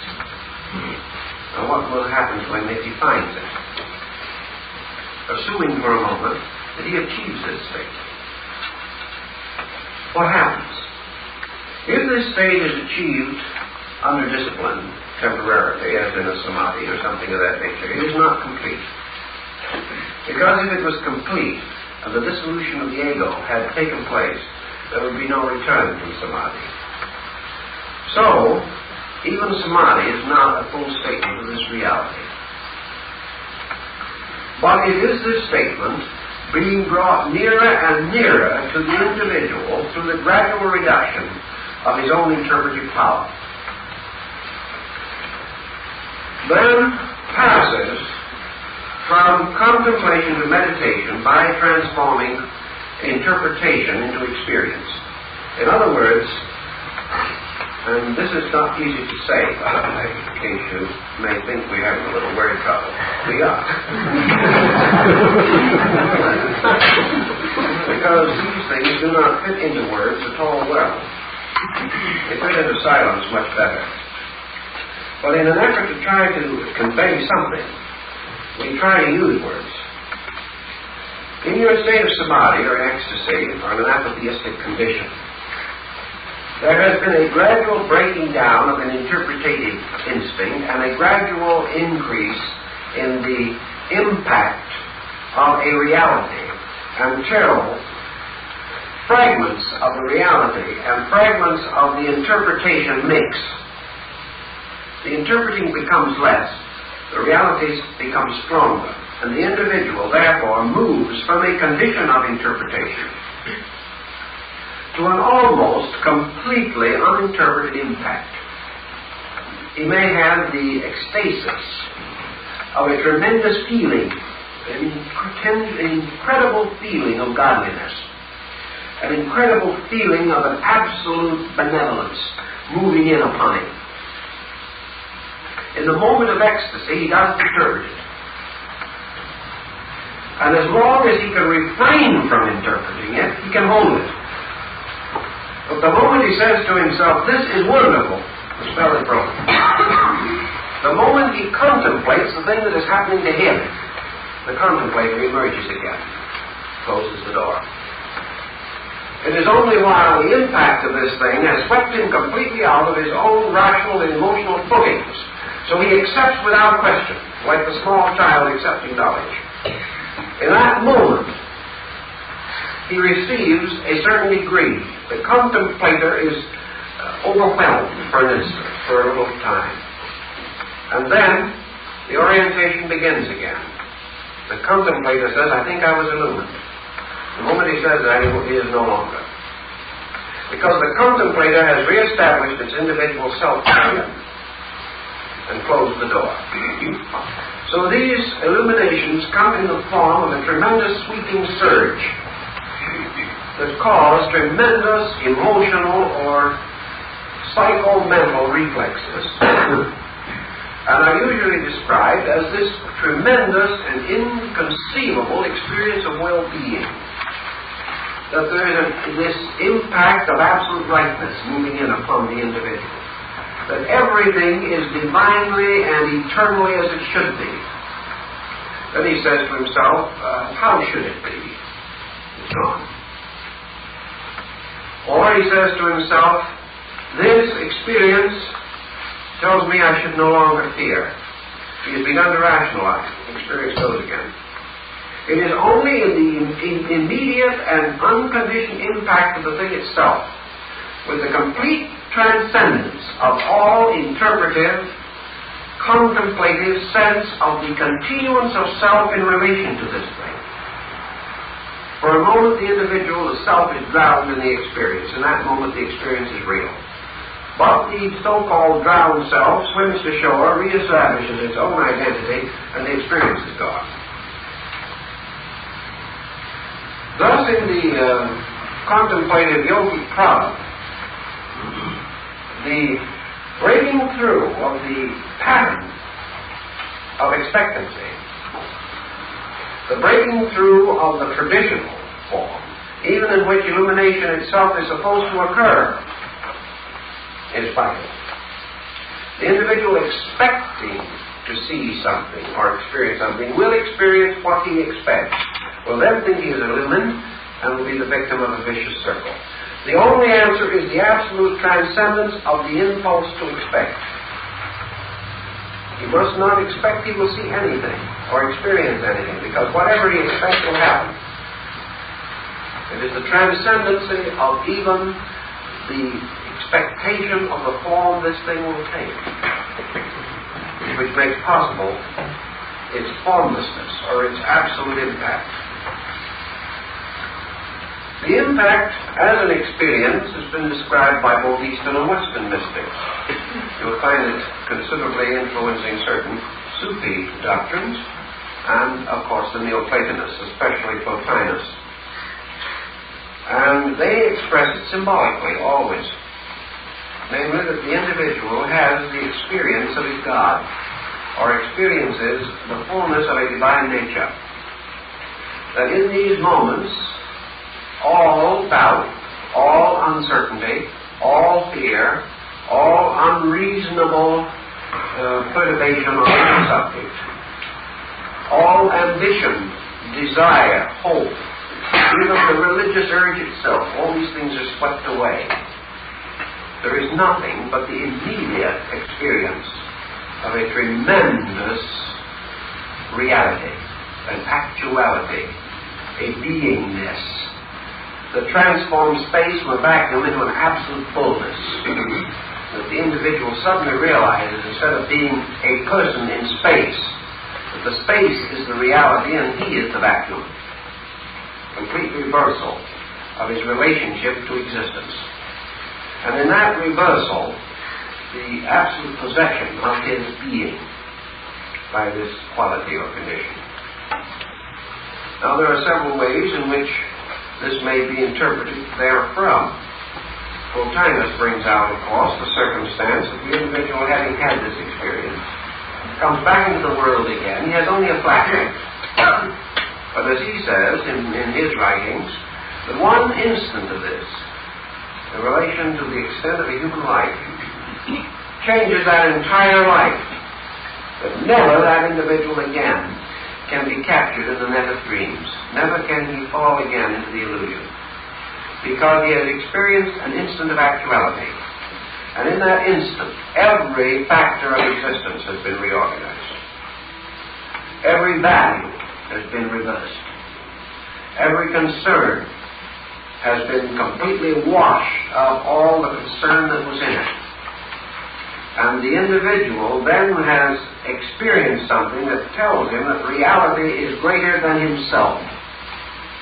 And that the full expression of this reality is more important than the continuance of himself. And that for this, the sacrifice of self is nothing. Whereas to the average individual, the sacrifice of self would be everything. Because he has no awareness beyond it.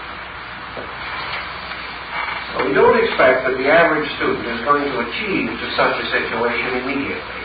But all of your contemplative disciplines, especially your yogas, are moving gradually in that direction. Moving in the direction of gradually liberating the individual, not only from his objective and natural and obvious errors, but gradually eliminating from him this hyper-concept of the contemplating self that must master all mysteries, solve all things, accomplish everything.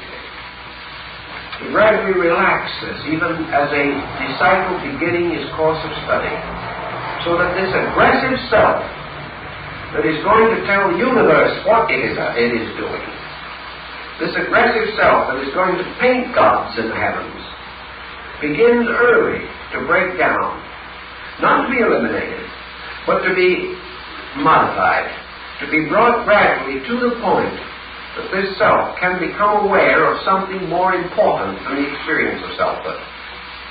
So that from there on, growth, as it unfolds and develops and increases, is a growth toward the relaxation of these pressures, a growth towards quietude, towards the letting go of the stress and strain that rotate around this terrific concept of self.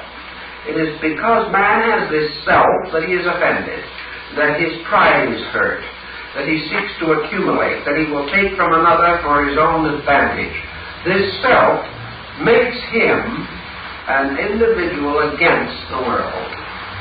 His own survival becomes so important that he will sacrifice everything for it. And little by little, this terrific, pressureful ego complex takes over and forces his life into one unnatural channel after another. Building illusion, building deceit, building error, building false symbolism, and reducing him gradually to the level that he has to survive by multiplying his own mistakes.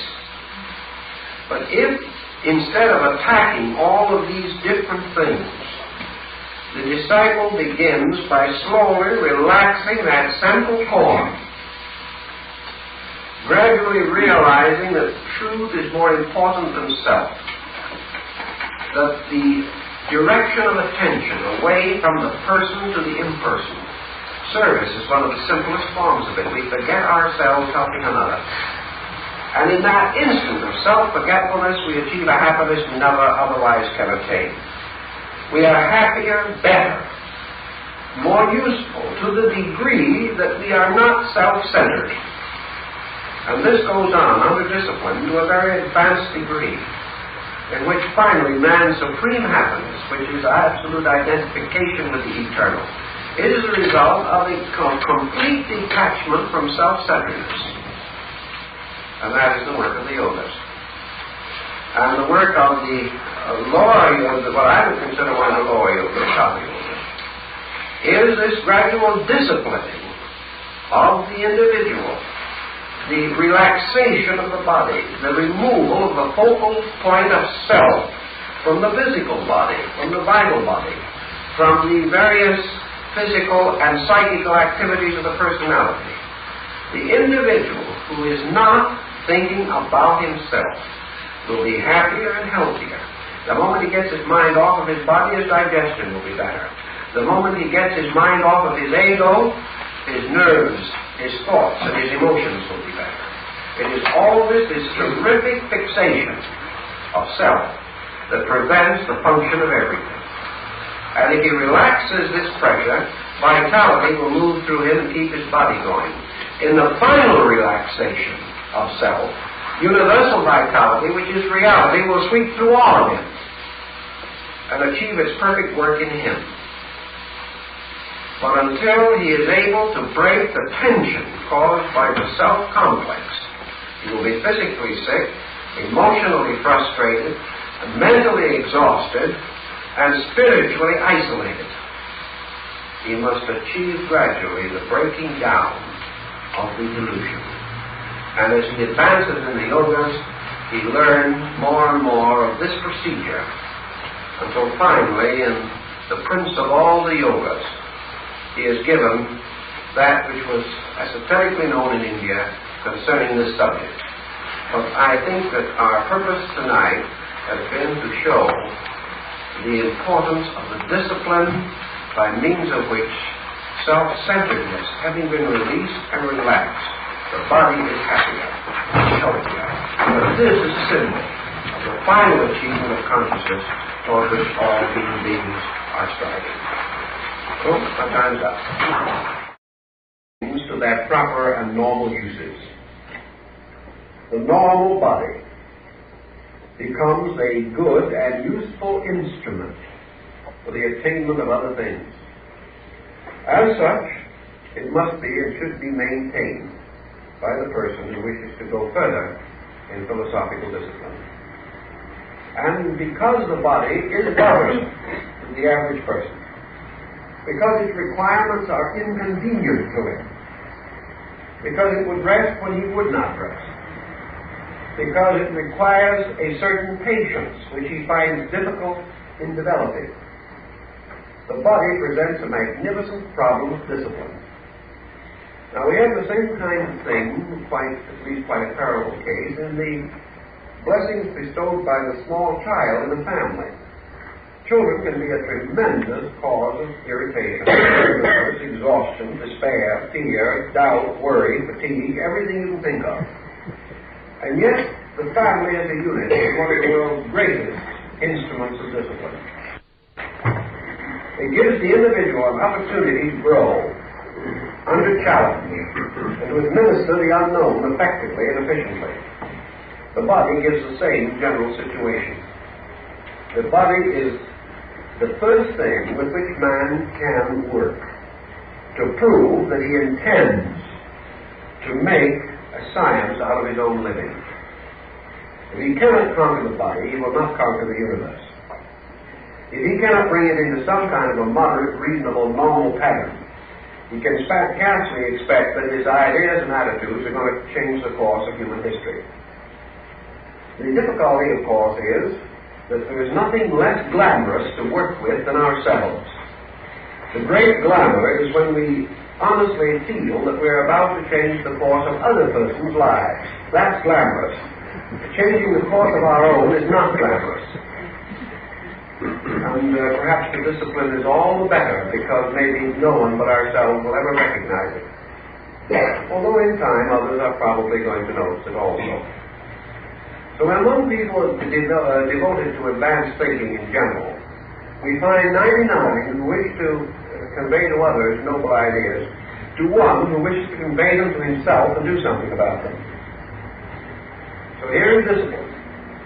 The discipline of the individual beginning with himself and proving conclusively that he has put his own house in order before he goes out trying to change the course of other persons' lives and living. Now what is this thoughtfulness? Why should we be thoughtful? Well, most of our troubles come from thoughtlessness.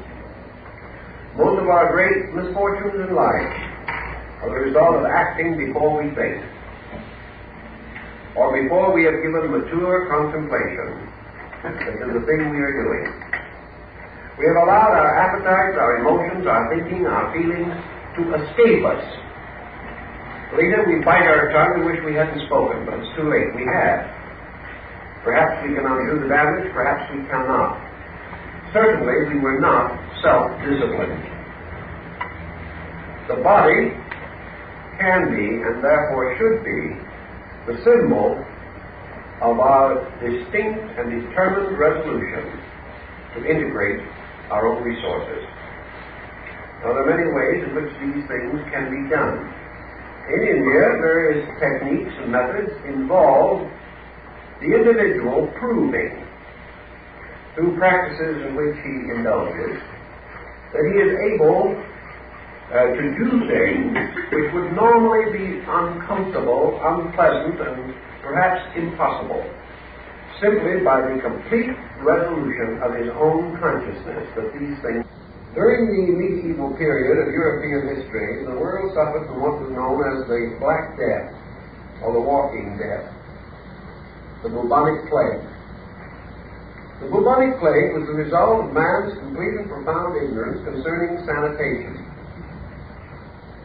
He did not realize that this difficulty was caused by rats carrying very dangerous bacteria. He did not realize that there was any relation at all between his own lack of understanding, cleanliness, sanitation, hygiene, and this curse that descended upon him. He could only assume that this plague was sent by God to punish him for his moral sins. It did not occur to him that he was being punished for his mental ignorance. Now, as this plague devastated the larger part of Europe, resulting probably in from 30 to 50 million deaths in 100 years, we can reduce this pattern slightly and bring it to bear directly upon ourselves. The average person, inadequately informed as to what constitutes the proper care of his own body, neglecting it, ignoring it, failing it on levels of hygiene and sanitation as an individual, opens himself to the corruptions of a body which has not been adequately and properly maintained. And the terrible point involved becomes that this body, sickened with toxins, without adequate thought as to its needs, gradually corrodes and corrupts not only the flesh, but the emotions and the mental nature which must function through this body. So the concept that the body has something to do with salvation cannot be overlooked. That the individual can ignore all the laws of material nature and rush to grasp the laws of spiritual nature is a false concept. Man must grow.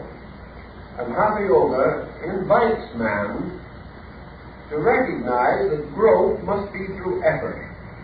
That the individual who wants to grow must do certain things. And that one of the things he must do is to learn to use and not abuse the body which he has received. The body which becomes either dharmic or karmic according to his uses and misuses of its natural resources. Now, that the body should be maintained in a reasonable manner is pretty obvious. So in the West, we have developed calisthenics. We have created the gymnasium. We have suggested setting up exercises and setting down exercises. We are now concerned largely with food intake, to devitalize this and deadulterate that. We are profoundly and deeply moved and worried over smog because it pollutes the air, but we constantly overlook the fact that 99 persons out of 100 do not know how to breathe. So smog or no smog, a great many individuals die of suffocation. So the effect of the sound mind in the sound body is more or less the underlying concept behind the principles of Hatha Yoga. But these principles have gone afield, and now you cover almost anything from what we might term calisthenics and gymnastics in the West, all the way to psychic phenomena, spiritualism, and numerous other mysterious arts and sciences. But to come to our essential problem, in the West, we are concerned with finding a way to liberate man from his body. I don't mean necessarily to separate the one from the other. We can do that by making a slight mistake crossing the street. But the problem of the individual achieving a freedom with his body, a freedom from body, while still he inhabits it. The Greeks were well aware of the fact that the only freedom man can enjoy in a universe ruled by law is an harmonious adjustment with that law. As long as the individual does not break a law, he does not know that it exists. He lives happily ever after until he breaks the law, or thinks he does. For immediately that he goes contrary to law, the law moves and breaks him. So that, to a degree, Hatha Yoga, with its various physical and psychical implications, is an important part of religious philosophy. It is important to man's spiritual salvation that he knows how to walk, how to sit, what to eat, when to eat it, how to breathe. These things are important to him spiritually as well as physically. Now in the West, when we develop an athletic attitude, we become obsessed by it. We begin to strengthen the body, we begin to take such good care of it, that practically every resource that we have mentally and emotionally goes to taking care of the body. This does not produce this emancipation we desire. The individual simply becomes body obsessed. He begins to have his picture taken with his muscles flexed and considers that he has now become a model example of something. Now, the ideal is that the body shall become the pedestal upon which the person stands. It shall advance his cause. It shall be useful to him. And he is to have a constructive relationship with it at all times. Hatha Yoga, then, offers the problem of thoughtfulness concerning the need of the body. It causes the individual gradually to reach a point in which he instinctively, subconsciously, almost unconsciously, preserves bodily equilibrium. Now, we well realize that in India this is not the primary purpose. But there we have another problem that goes very closely into the athletic attitude of the West. We have a sort of psychic athletics over there, which cause certain phenomenal processes, certain experimentations, and peculiar particular psychic chemistries produced by the disciplines of Hatha Yoga to become supreme, which they really are not. There is our difficulty there. But with this thinking, we go to the next problem. In any subject which we wish to attain proficiency, what is required? First, aptitude. Second, discipline. Some individuals are so constituted that advancement beyond a certain point in any art or science will be extremely difficult. Others do not attain simply because they do not give the necessary continuous attention to the thing they are doing. And the problem of handling the body is one of disciplining the mind and the emotions and preserving the equilibrium of the body against the tyranny of these over parts. The body can be destroyed by the mind and emotions just as easily as it can clog them.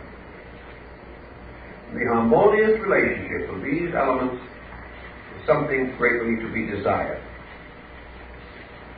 Now, when we approach discipline, therefore, on a philosophic level, we are not working basically with inhibitions. We're not working with frustrations. We're working always with the channeling of things shall be done. He gradually learns, for example, to remove pain from various parts of his body. He's able to withdraw nerve sensation. He is able to go unusual periods of time without food. He's able at will to control many practices and habits that with most of us are involuntary. He can change the pace of his heart at will. He has gradually exercised a certain power over the functions of his own body, and he has learned how this is done.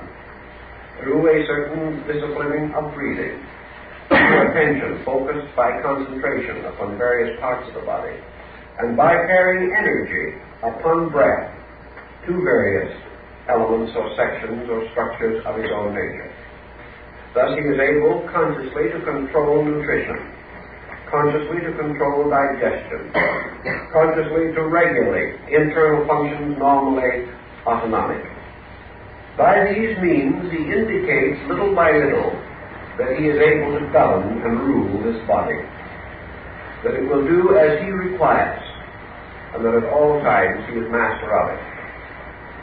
Now the attainment of this end is not primarily useful because merely the body is controlled. It is because of the power to control is attained by the individual.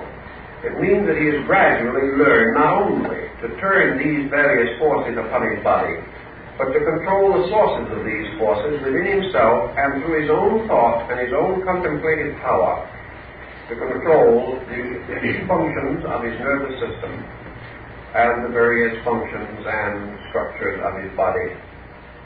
All of this is an excellent testing ground, an excellent way of demonstrating the intensification of conscious resources and how the individual will attain the control of them.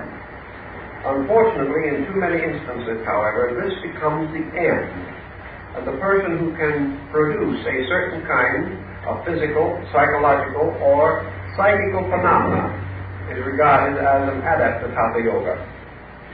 Actually, when this occurs, it is a blind alley. It is not going to achieve the ends which we wish to achieve, namely the gradual growth of the person to his own spiritual estate. The very discipline becomes a stumbling block. And here we have Hatha Yoga occupying a position that corresponds with science in the West. It is the most scientific of the yogas, and is not too different in its implications from our modern scientific attitude in general. By science, we gain the exact knowledge of doing certain things. By science in the West, we can produce miracles. Miracles that would probably astonish many an Eastern yogi if he saw them. But the ends are not mature. The reasons for these phenomenal occurrences are not worthy of the energies we are using. And the achievement of the incredible becomes a fascination, becomes an end in itself. So that if we split the atom, we really think we have achieved something. All of this emphasis upon technique can leave us very cold, weak, and helpless, unless we have something else, something deeper, something wiser, something greater, more noble, moving within the structure of consciousness as we understand it day by day. But let us think for a moment in terms of a few simple concepts of how this idea of discipline can be useful to us. Discipline requires for its real function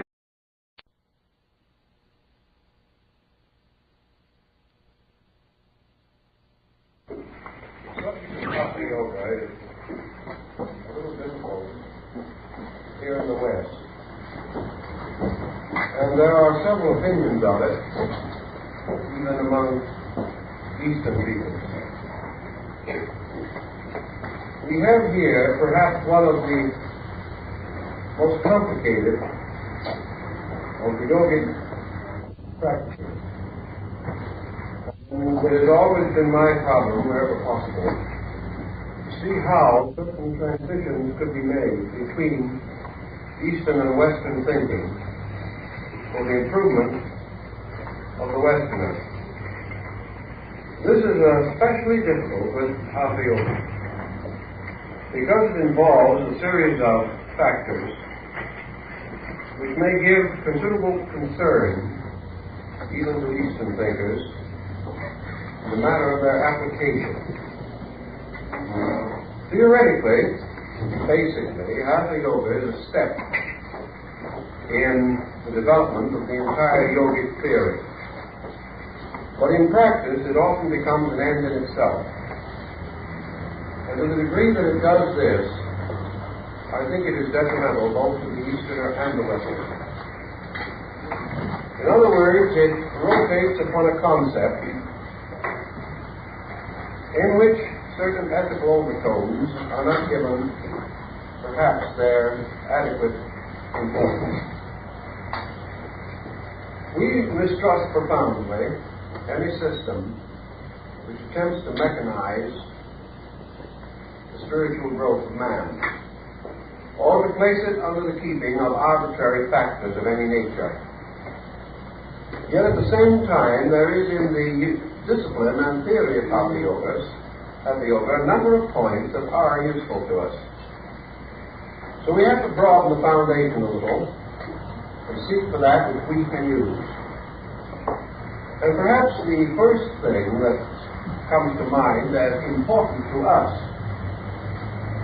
is the emphasis upon the relation between the person and the body.